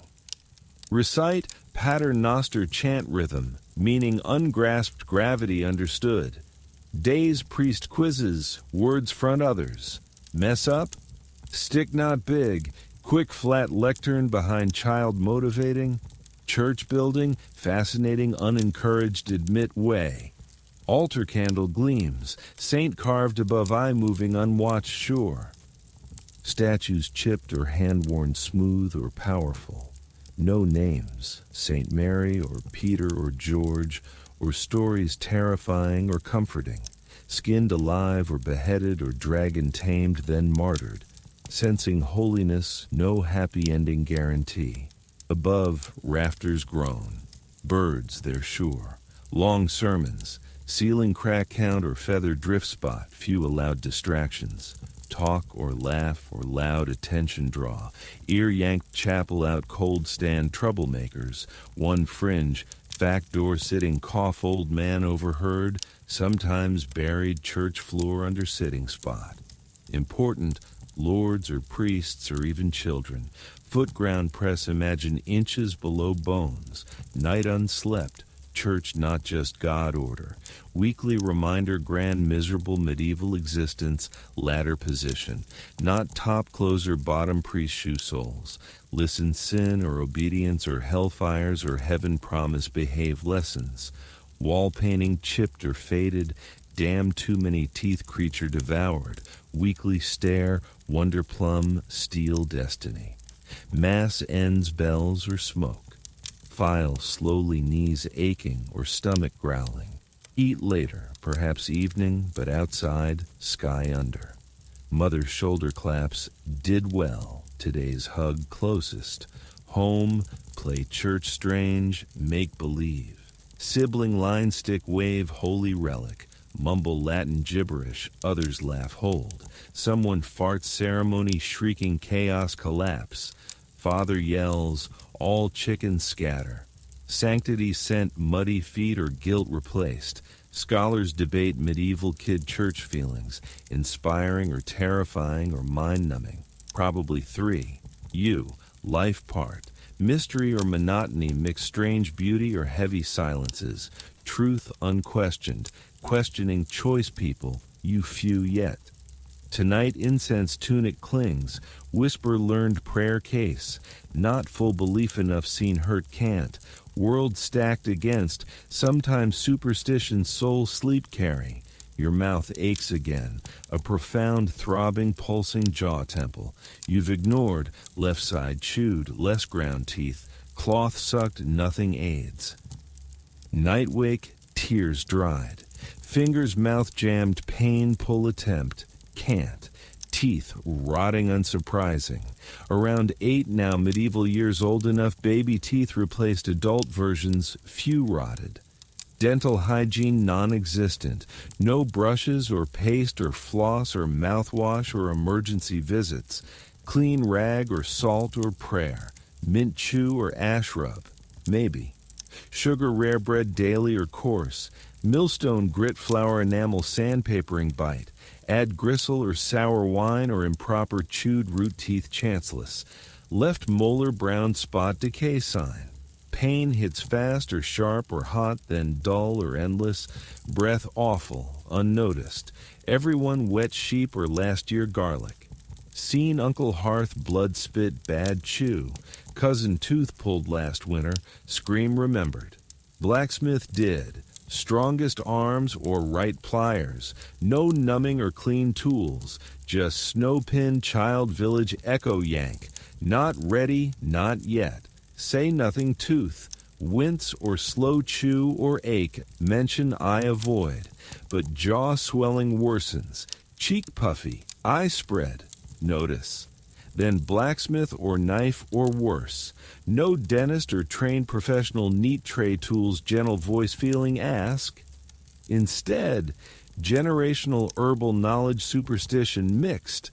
Grandmother mashed onion vinegar poultice cheek pressed. Burns or rot smells hold anyway better nothing. Neighbor clove oil swears unhad or hot ale. Had stomach lurch makes. Charming medieval toothache remedy. Cavity stuffed dried frog brains. Another, mouse catch bone grind powder gum rub. Unsure actual done but monastery written probably happened. Desperate try anything. Family poor yes are. No fancy. Basic, willow bark chew natural aspirin pain dulls. Salt suck or mudskin rub fever draw hope. Salt suck or mudskin rub fever draw hope. Sometimes Mother Church candlelight stand close, holy flame sickness burn. Whisper prayers clench teeth, voice tremble avoid. Meanwhile life chores or water carry or chicken herd or wood haul. Walk half grimace cold air, exposed tooth no cry. Sleep badly, dream senseless colors, wake jaw locked or eyes wet. Then morning pain gone. Wake crust, bite no stab or ache. Miracle think till coppery taste. Spit tooth falls, whole root black. Palm stare, fascinated or horrified. Too big head lived. Feel proud survived or outlasted. Way have. Show mother shrugs. Fire give or rats take more pain. Hearth toss, ember disappear, pain burn imagine. Later jaw aches not badly. Tooth hold tongue obsession. New. Village kids teeth unkept. No pillow or coin tooth fairy. Teeth rot or sickness reminders body breakdown. Learn unattached. Expect fall or black or split. Time matter. Fringe historical, medievals believed toothaches, sometimes toothworms, tiny invisible enamel burrow feeders, remedies, herb or incense smoke worms out mouth funneled, untried.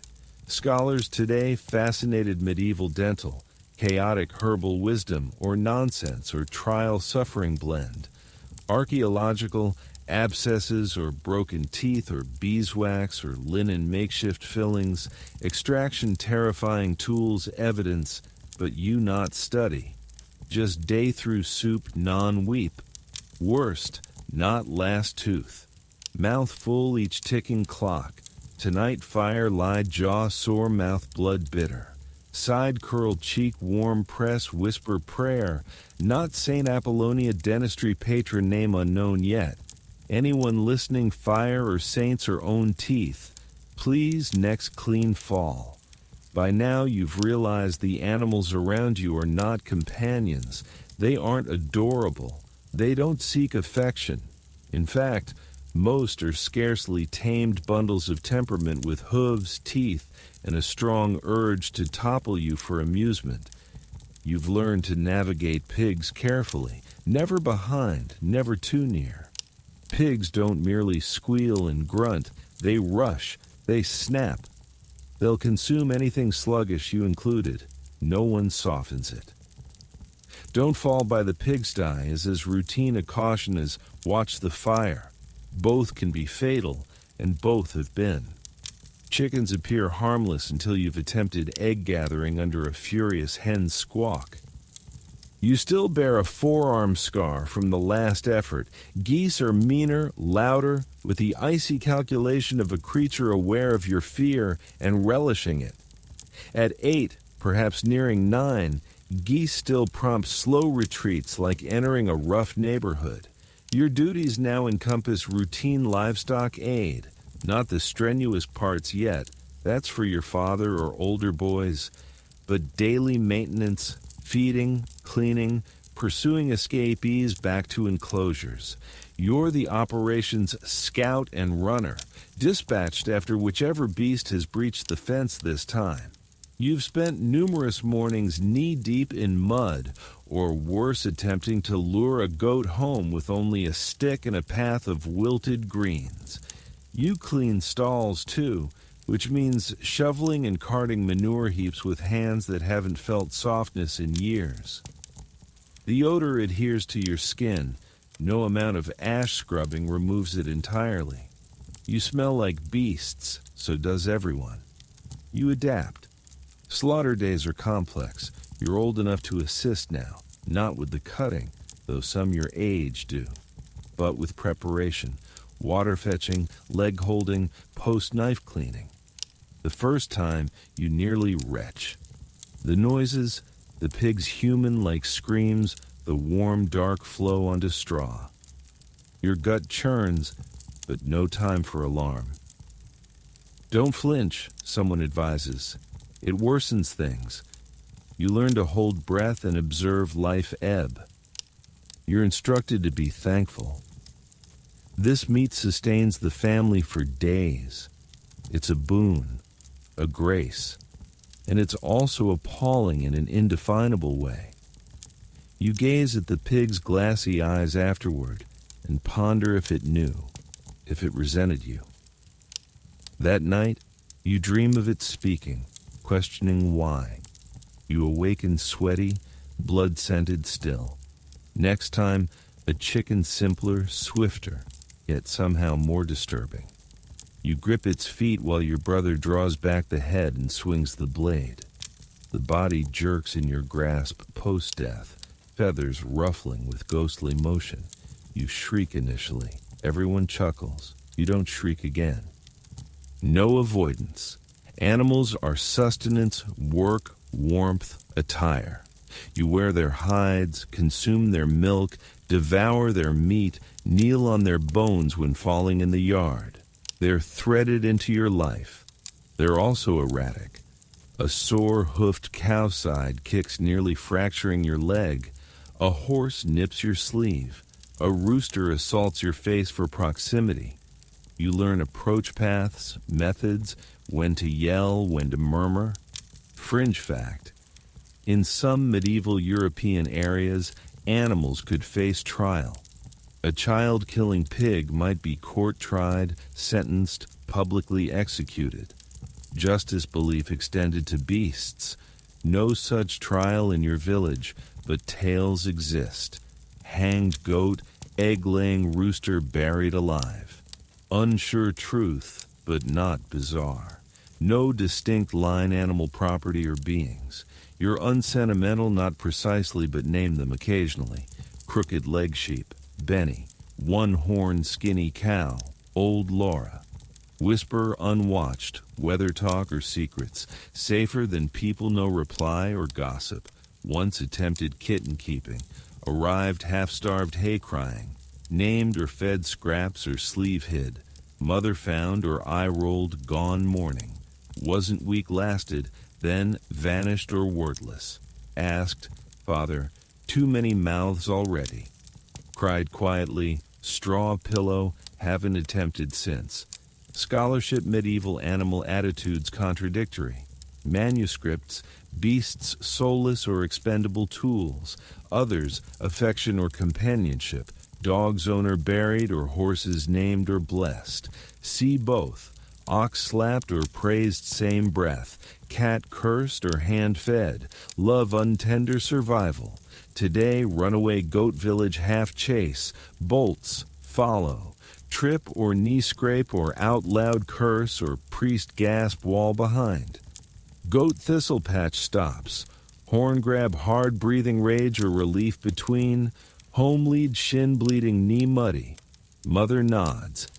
Didn't think catch. Silent tired.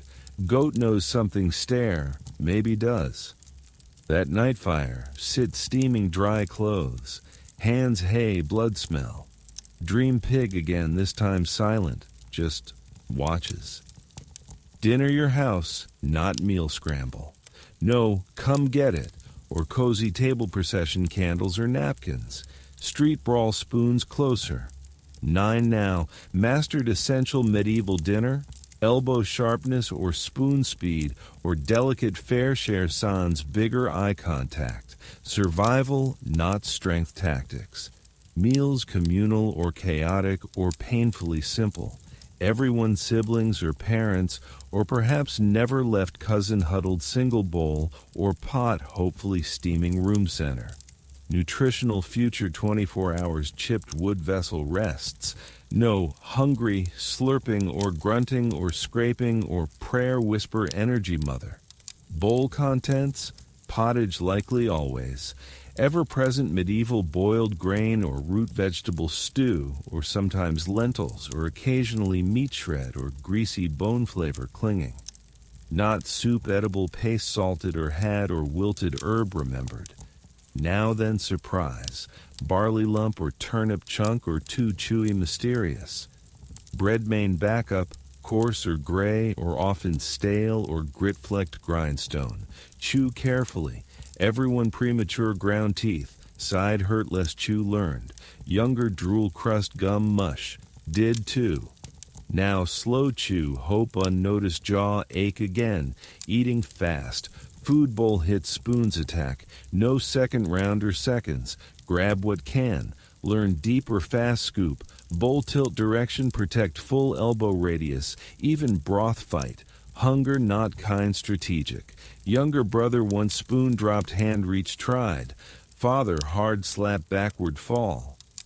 Not pigs. Unironically 5 other sharing bowl eating.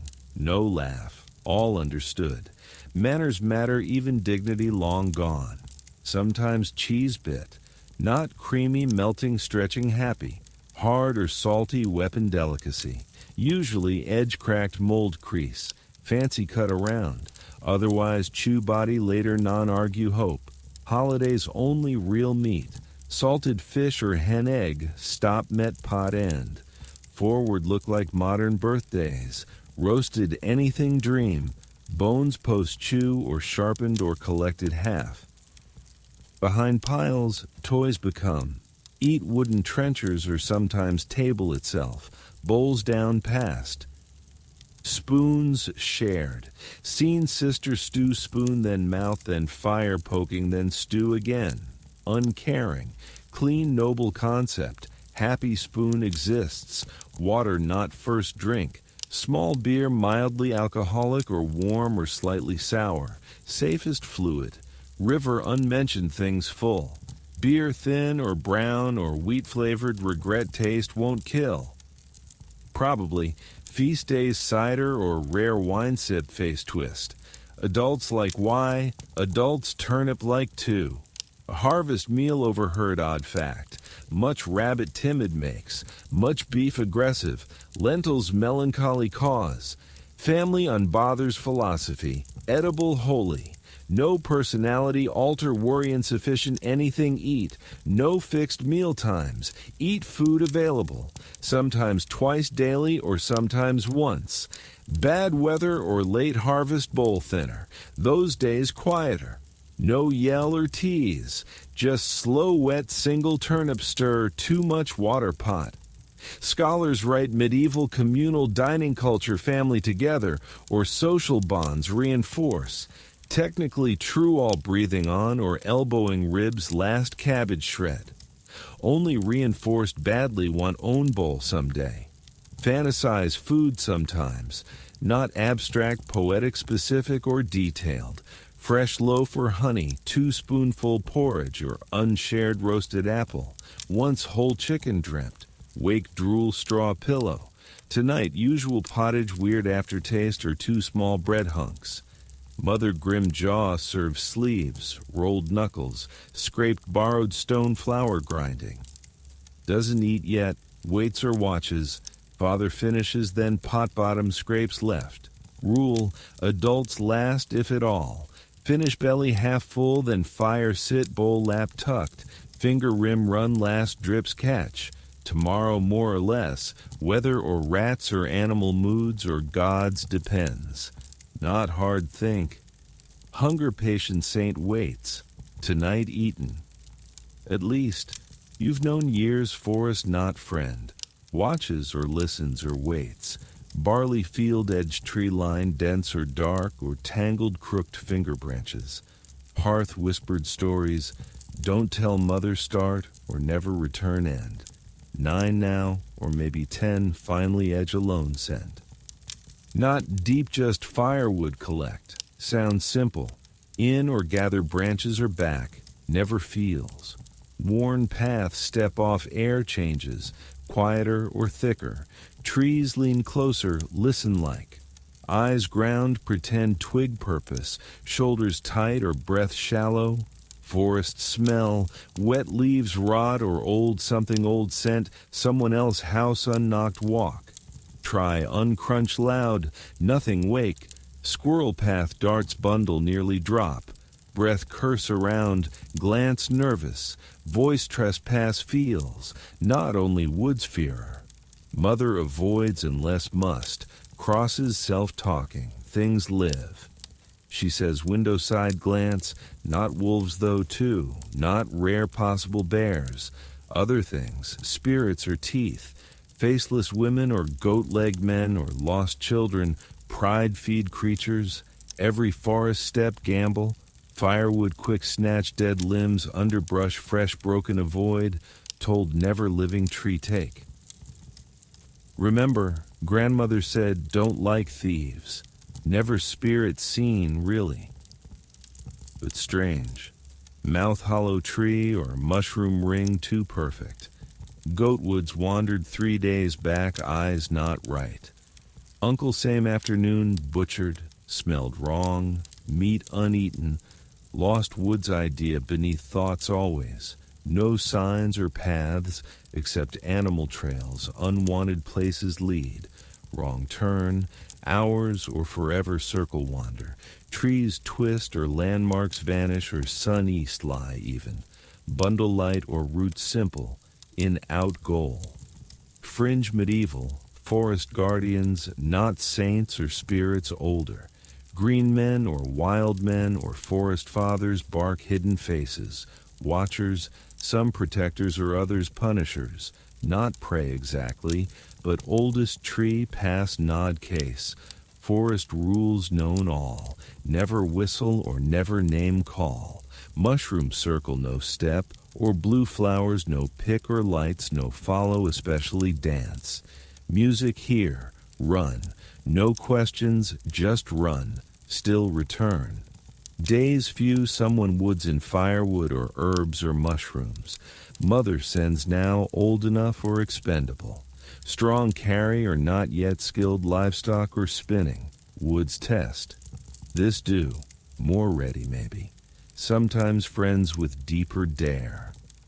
Rocks shadowy clearings throw then sprint. Loud joke-tooth witches or mudmen, one quiet, hear that? All stop ear-strain game ends. Always faster leave than enter. Not every forest story horror ends. Healing tales too. Deep wise women, sickness root salves or potions no else dare touch. Fox raised lost children or tree taught songs. Want true kindness green somewhere, never seen.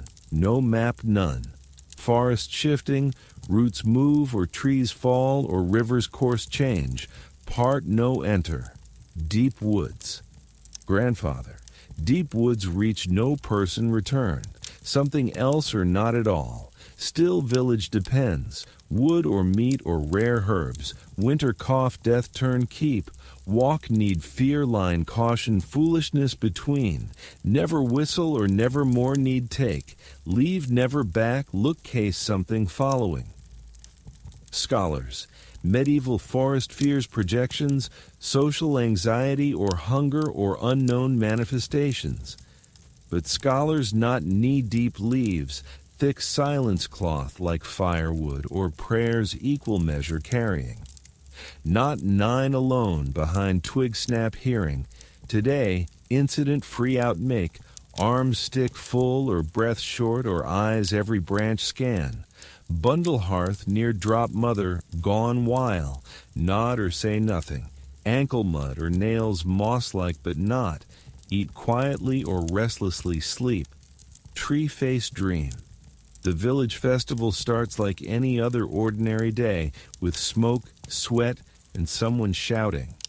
You wake to your mother calling for someone to grind the remaining oats, and your father already out, pulled to the church green to assist with raising the poles. You rub sleep from your eyes, scratch a flea bite, and recall that today is special. Not because it will be simpler, but because it brings music and masks, and if fortune smiles, onions cooked in grease. Festivals in the Middle Ages are noisy, disorganized, and somewhat holy. It could be a saint's day, the celebration of an unfamiliar martyr, or simply a break between harvests, but no one truly requires a justification. After weeks of dirt and labor and seeing your neighbors gradually decay inwardly, you'll seize any opportunity to daub ash on your face, don your shirt reversed, and applaud while someone strikes a wooden cask with a rod. You're nearly 10 now, mature enough to join the revelry, but still youthful enough to be designated the fool, literally. One of the village seniors thrusts a floppy cap onto your head and dubs you the jester's offspring for the day. Everyone chuckles. You bow with as much overdone flair as you can summon, and inwardly, you relish it.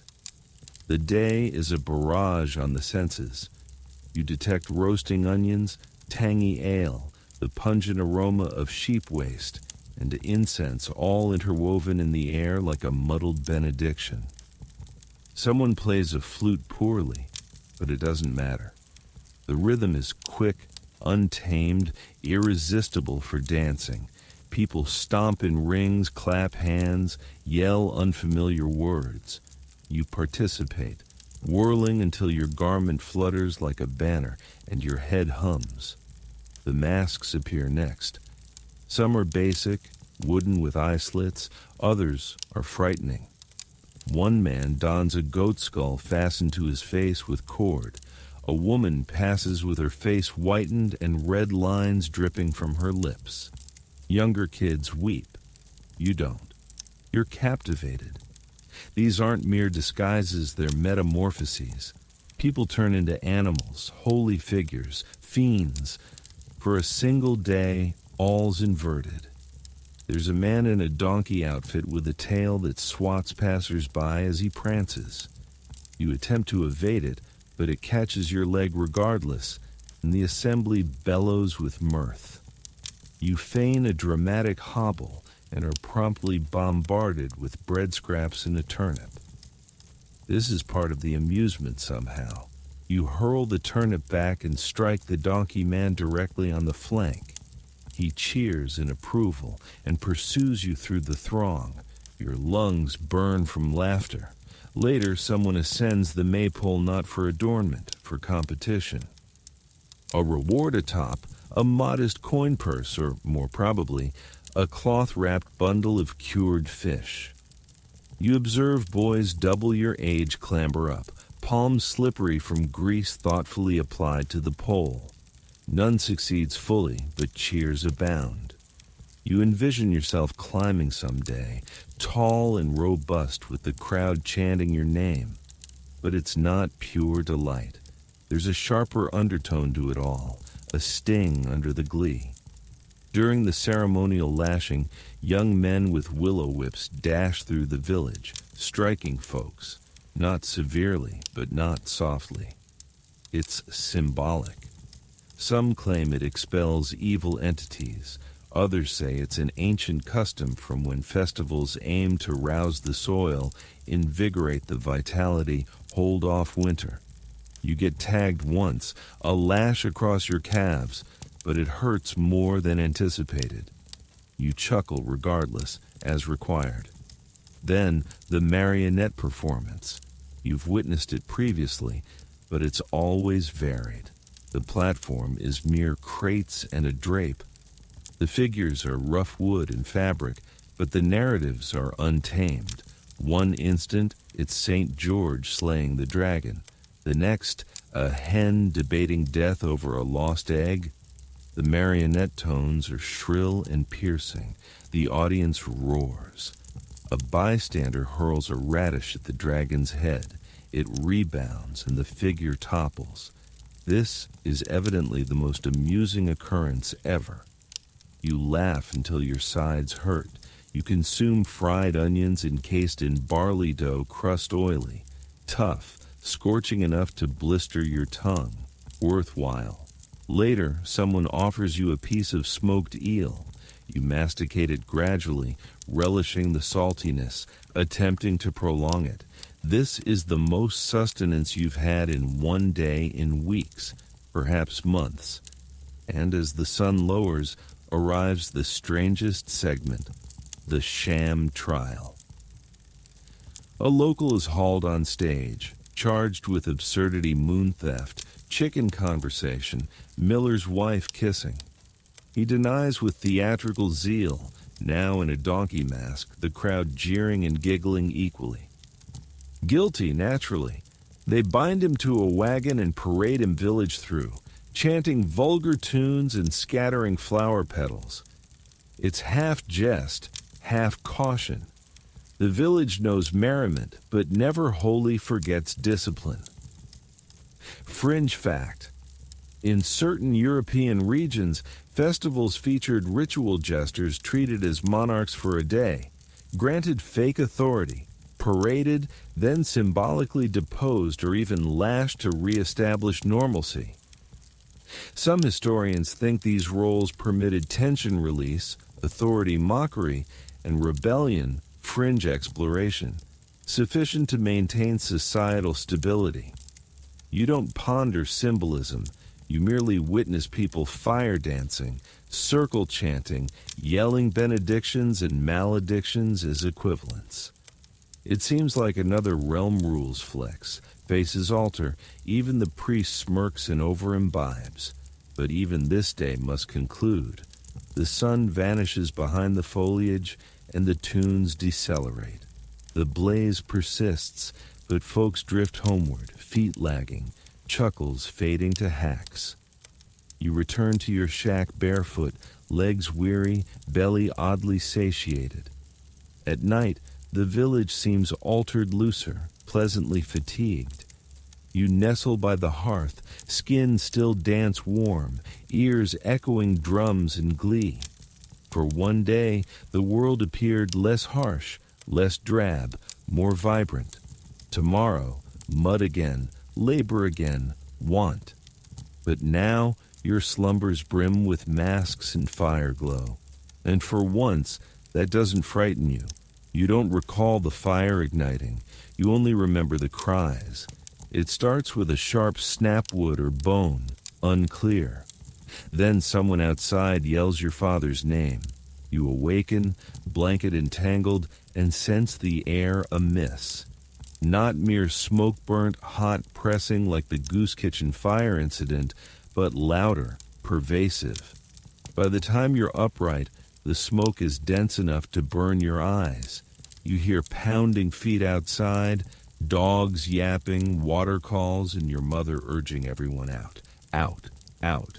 You crawl the floor, hacking, pulling your little sister along. The straw bed smolders at the edges. The wall glows red. You don't grab shoes. Outside, the night is orange lit and frantic. Half the village is awake, buckets ready, forming a wobbly queue from the well. You stand barefoot in mud, mouth agape, watching the neighbor's roof cave in like a deflated lung. Sparks ascend like furious fireflies. The odor is suffocating. Wood, grease, damp wool, and someone sobs. Another laughs wildly, high, too distraught to assist. The blaze spreads rapidly. Most homes are timber, thatch, and hopes. No fire barriers, no stone bases, nothing but damp cloths slapped on walls in heavenward pleas. You attempt aid, running well to house buckets, but barely lift them. Water splashes out midway. You're shoved aside, head patted, told to join other kids. But you persist, skin heat stinging, heart drumming throat inside. Eventually, your home is preserved barely. The fire didn't originate there, but neared enough to char walls and warp the chimney into a tilted, cracked stone pillar. The neighbor's dwelling is lost, though. The family five stands soot-smeared in nightwear, resembling ghosts forgetting to fade. One child still weeps, the youngest silent. No one offers solace. They stand, as if intense staring might reconstruct the ash house.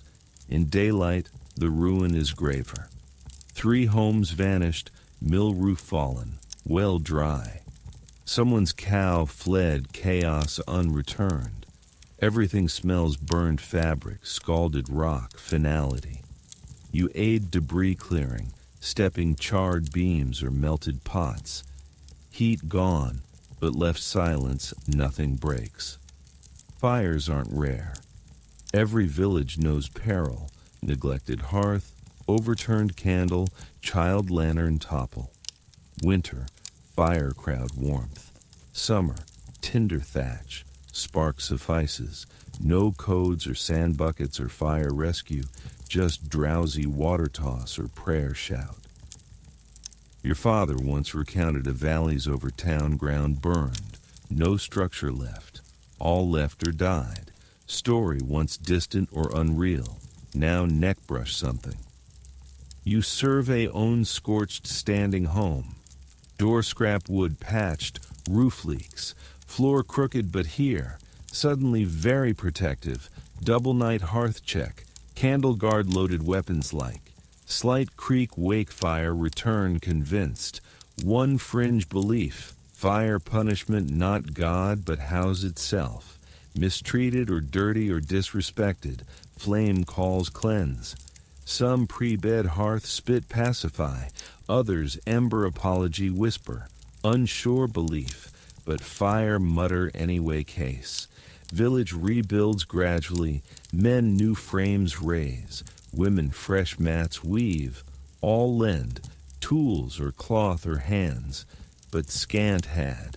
No next village donations or relief wagons, just long days or longer nights or burned fingers. One morning priest ruin visits, prays or holy water sprinkles or ash wooden cross leaves.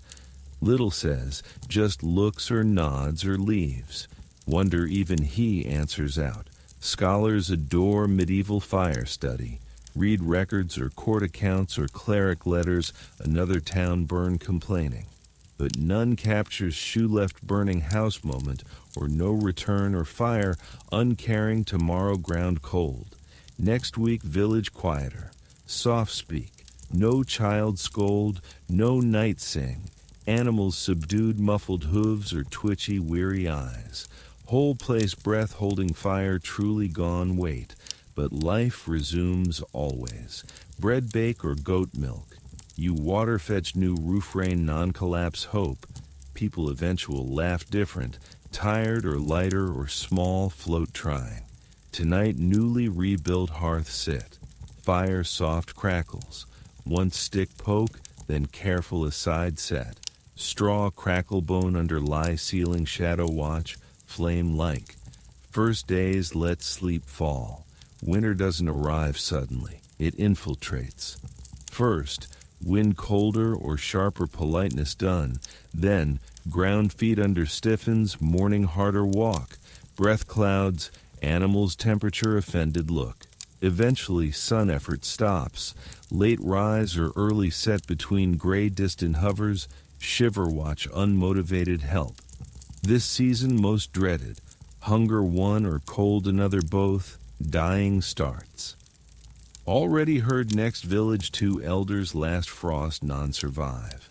One bed frozen arms, crossed up not worth decided, other snow found eyes open, chicken chasing said. Unsure true but story bear easier. Home generous, mostly wind-roofed. Walls wood mud or straw patched. Family cracks rag stuff or straw cold side stack or door cloth hang. But cold infiltrates. Floorboard seeps or ceiling down or wall gap sideways. Breath indoors fogs. Fingers numb pre-tunic button. No fireplace really. Hearth. Open floor pit, smoke upward curls. Roof hole sometimes chimney. Wrong wind. Smoke back in. All sit blinking or coughing or red-eyed potato sack huddled. Someone constant feed. Twigs or dried dung or burn anything. Firewood precious autumn forest collect. Still insufficient. Wear every layer. 2 shirts or ragged cloak hole trousers. Breeze knee flirt or socks once someone else. Worst days shoes sleep not warm, but off leather freeze or crack. Or sleep borrow. Cold not outside bones in. Knees ache or fingers swell or teeth chatter, no matter curl tight, sleep sibling pressed arms or legs tangle breath, neck warm. One turn, all turn fish school, but grumpier or blanket steel fight. Eat less winter, everyone. Stores dwindle, mother ration careful root vegetables. Turnips or maybe barley or dried beans forever cook, or salted fish lucky. But mostly watery or gray pottage, sometimes bark bits undiscussed, chew meant to. Fresh food memory. No eggs hens barely alive sad statue coop corner huddle, no milk cows cold or half-starved produce little.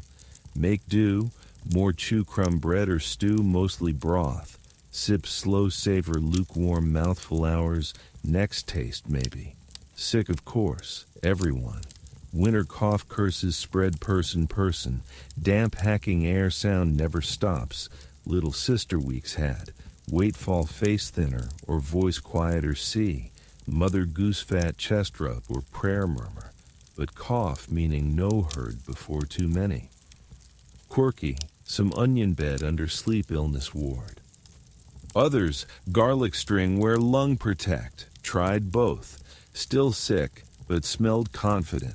Constantly tired, cold drains, wake stiff joint argue, feet crack or bleed, lips chap or scab. Worst, no escape, no warm bath or fluffy blanket or home corner, cold not king made. Bed shiver or wake shiver, only change nose thaw time. Scholar somewhere fur-wrapped roaring fire beside, wrote medieval winners communities, closer hardship shared resilience, foster. Sure, also death or frostbite or feet smell, but yes, closer. Winter no privacy. Dried fish packed share all, space or breath or lice, only real joy strange bursts. Joke lands room wheeze laughter, brother mass fart father laugh hold nearly breaks, cat lap curl 10 minutes, warm toes miserable forget. Sometimes music, not much, two-string lute or bone-carved whistle, tunes simple or repetitive rhythmic noise little more, dark, magic sounds, eyes closed carry non-cold, non-damp straw or cooked turnip smell.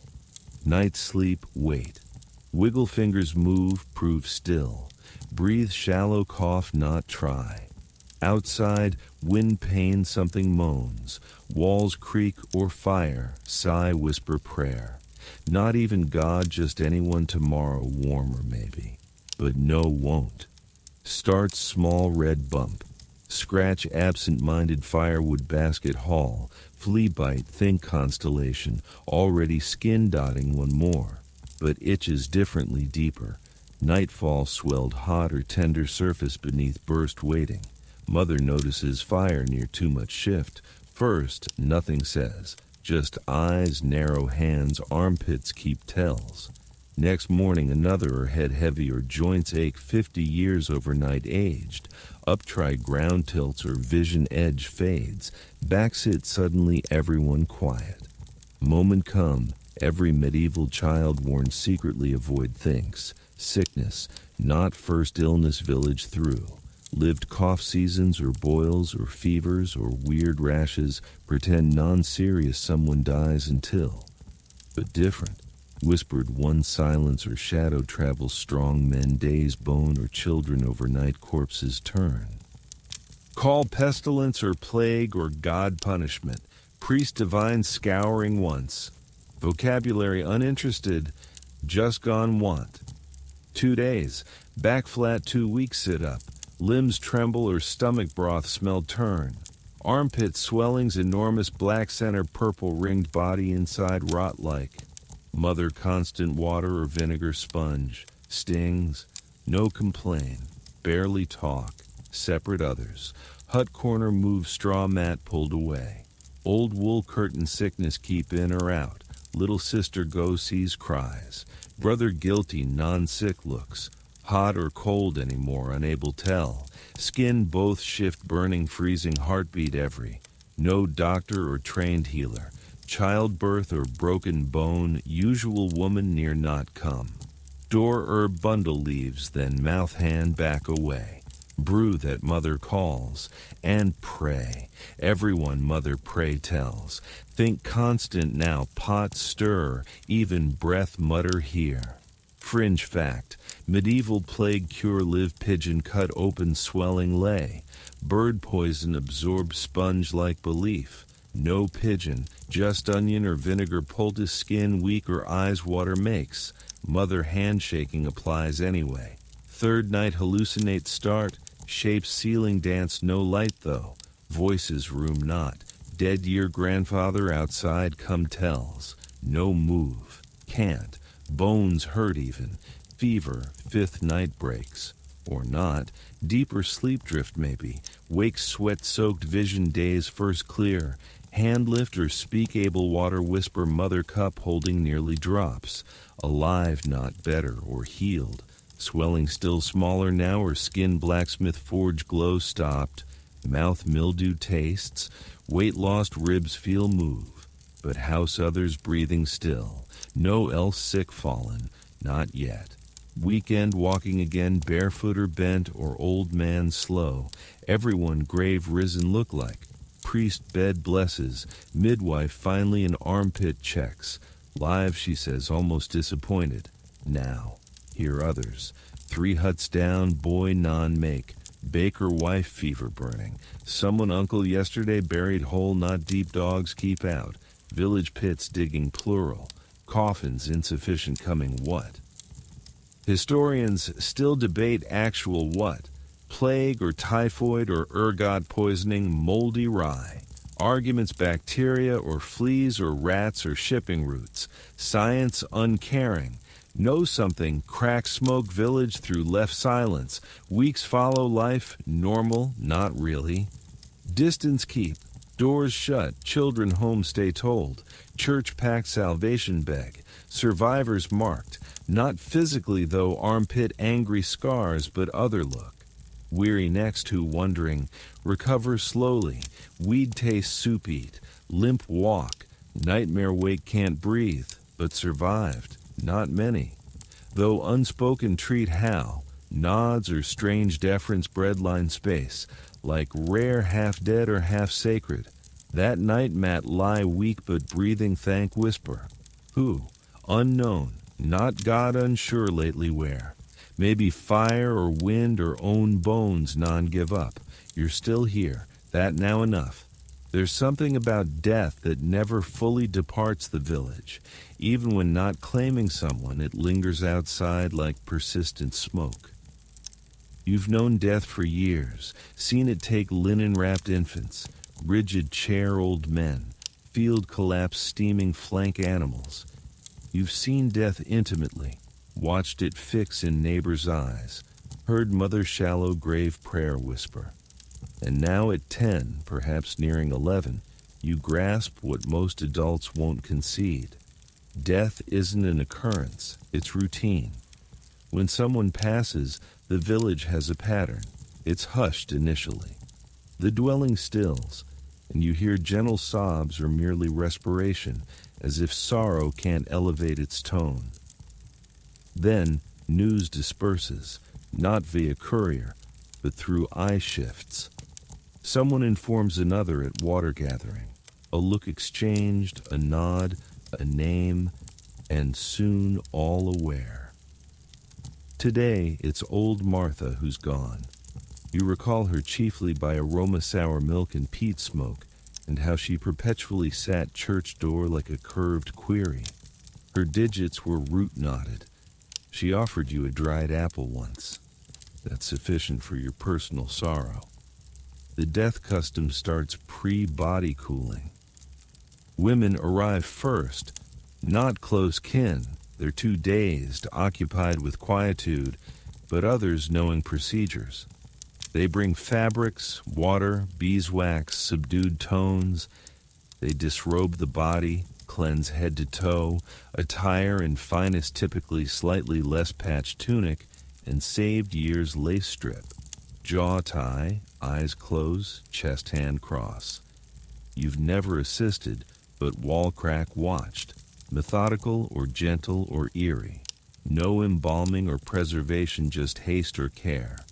Summer, next day berry, faster fly sniff. Winter, cold preserves. Herd frozen bodies ground thaw wait dig. No one wants, not living or dead. Wake home held. All come, some loved her, others custom. Sit benches or logs, hands lap, eyes floor fixed. Body center, candles head or feet burning. Coin family, incense or herb scatter smell mask. Not, door open breeze pray. You're permitted in, but not too close. Corpses seen before, not like. Someone dirge sings low or slow heavy sack snow drag like. Others join hum or mumble. Words barely matter, rhythm counts. Shared sorrow sound, sometimes bread or occasionally ale. Little eaten but their life dead symbol. Kids told no loud cry or no jokes or no body touch, but you once. Sleeve brush unwatched, stiff or cold skin jumps contact, hand quick pull heart race fire, sit nothing happened like, but feel still. Cold fingertip lingers something inside, climbed or settled. Fringe fact, corpse disrespect wake belief, upsit or groan or walk even, prevent, feet bind or mouth salt stuff or chest scissors confuse evil spirits. No scissors today, but notice string, Martha toes tied. Maybe why. Funeral dawn comes. Men dig grave shallow or practical church near, liked person farther not. No headstone, just branch cross non-rotten too. March, others breath puff cold frost hard mud crunch feet. Procession quiet, no sing now. Priest pit edge meets Latin mutter unknown handful dirt wrapped form toss. Then over, grave careful slow fill. Cross placed, some weep or others yawn. Life immediate tug back. Cows milk or bread need. World no pause, even this. You linger not close, Martha, but spot heavy ground, press-like. Wonder here, able or left listen, whisper, apple thanks or stories or survive long old age teach what looks like, then go. Scholars death literacy medieval life talk, idea then people more familiar or comfortable mortality, but not really, not comfortable. Just exposed constantly. Death not philosophical concept neighbor, sometimes quiet or sometimes cruel, but always around. Later night home fire sit own chest fingers run. Imagine candles head or feet cloth jaw tied people see off. Wonder sister cry or father kind say, or bury close or far. But not morbid, just practical. A sleep own grave think. Not strange expected. By now you've ceased pondering what your life might have been.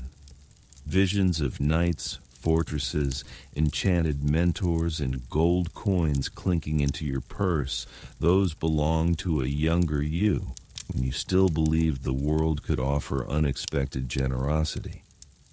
Now, at 11, nearing 12, you've settled into the monotonous beat of mere endurance. It's not valor, it's not calamity. It's simply rising, toiling until your limbs ache, consuming what's provided, and wishing tomorrow isn't harsher than today.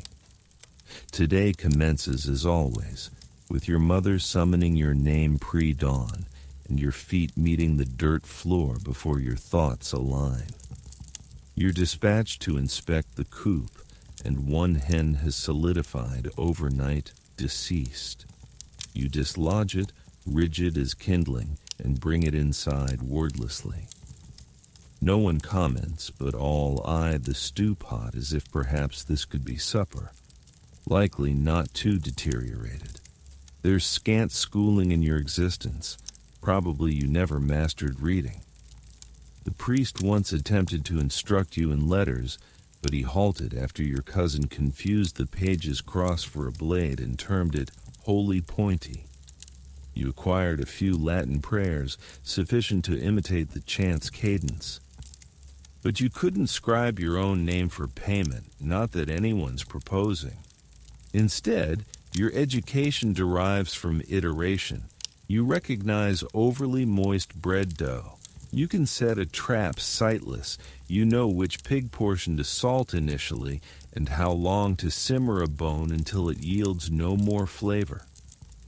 You've learned to hone a knife on rock, repair a fractured pail, and convincingly fib about foot washing. You possess calluses in unexpected skin-thickening spots. Your nails are dark half-moons. Your back cracks when stooping to hoist the water container, and it lingers arched too long. You feel aged not in a poetic, sagacious herder sense, just eroded, like a shoe post too many winters. What scant personal time you have is typically spent observing seated roadside, tree-gazing, not precisely pondering, just permitting ideas to flow and ebb. You hum occasionally. No one imparted the tunes, they reside in your bone essence, inherited from vanished voices. Rhyme fragments, peculiar airs older than language. Once your brother overheard and remarked, that resembles a specter melody. You didn't dispute. Marriage, it's not if, merely when and to whom. You've witnessed girls wed at 12, boys pledged to unseen farms. No romance merely a deal with marginally more garb. If fortunate, your prospective mate will retain teeth, or most, and a gentle disposition. Or not, you'll adapt. The cycles merge now. Winter, sludge, sowing, sun, reaping, loop. You don't track time via calendars. You note it by beast births, yield failures, and which neighbor last lost a youngster. Your benchmarks aren't fetid with gatherings, but with duties. Your initial solo wood gathering, your debut restraining the pig for butchering, your premiere all-night vigil warming ailing lamb. You recollect each, not for joy, but as evidence you're enduring. One peculiar custom you've acclimated to is the yearly tool benediction. The priest arrives and flicks water onto plows and hammers and buckets while muttering incantations. You watch from a distance, eyes half closed, wondering if he ever blesses people that way, just flicks water and mends the fissures. That would be pleasant. Scholars love to contend whether medieval children were truly children as we conceive now. Were they permitted to frolic, to envision, to mature gradually into their identities? Some affirm yes, citing playthings, figures, tiny footwear. Others deny no. Childhood terminated upon bucket-lifting capability. Judging by your knees and months without uninterrupted slumber, you incline toward no. But still, there are glimmers, instances where you nearly recollect non-survival burden, when frost crafts flawless spirals on the pane and you finger trace them, when the lagoon ices in the expanse resembles a plummet sky, when hearth storytelling elicits laughter till your flank hurts, not for humor, but absurdity. You envision things occasionally, not splendor, not quest, just tranquility. A smokeless spot, a strawless bed, a day sans name call for mishap. Even now you anticipate no ease. You merely desire respite. For fingers to cease splitting in frost, for belly to sense replete, for kin to pass one moon without fever, you desire worm-free barefoot strolls, to recline sans tomorrow, wake wonder or wake if. And despite everything, you persist. You rouse, you toil, you transport water and scour vessels and dislodge lice from your garment and confront the sun as if challenging it for one valid reason to cease striving. Reaching this far signifies something. Not to the globe, not to the estate lord or cleric or history scribes, but to you. You outlasted medieval childhood, and probabilistically, you shouldn't have. So here you are at its conclusion. Not merely a tale's end, but the termination of an extended, odd, frequently grimy, sporadically amusing voyage through what would have been your genuine daily existence if born roughly 900 years past. You've succeeded, sort of. Let's not feign you prospered. You were half-famished, perpetually chilled, likely unlettered, spiritually perplexed, tooth-deficient, and coated in perpetual mud, perhaps opinionated. But hey, against all probabilities and vermin, you reach 12. That solitary makes you a probabilistic outlier, and depending on perspective, either remarkably impressive or highly unfortunate. The Middle Ages weren't fable, not for you, not anyone. Sure, fortresses or dragons or tales, but reality, turnips or tooth decay, or fleas or sister cough world-end wonder. Childhood wasn't frolic or fancy era, it was destitution boot camp, no self-discovery luxury, just alive stay long enough others rely or wed or bury pre-midsummer. But amid misery, and honestly abundant sparks existed. Shared fire, warmth, family post, bitter long day. Chore between pilfered laughter. first solo fish catch or wheeze laugh make, even odd customs goat mask dance or shovel bless or moon sing. Moments non-easy life, but textured, yours made. And now, as you drift beneath very modern blanket, very climate-controlled room, possibly snack-filled or absolutely Wi-Fi full, rest easy knowing one thing: you definitely wouldn't medieval child survive, but telling survived. So sweet dreams, time traveler, don't plague bugs bite.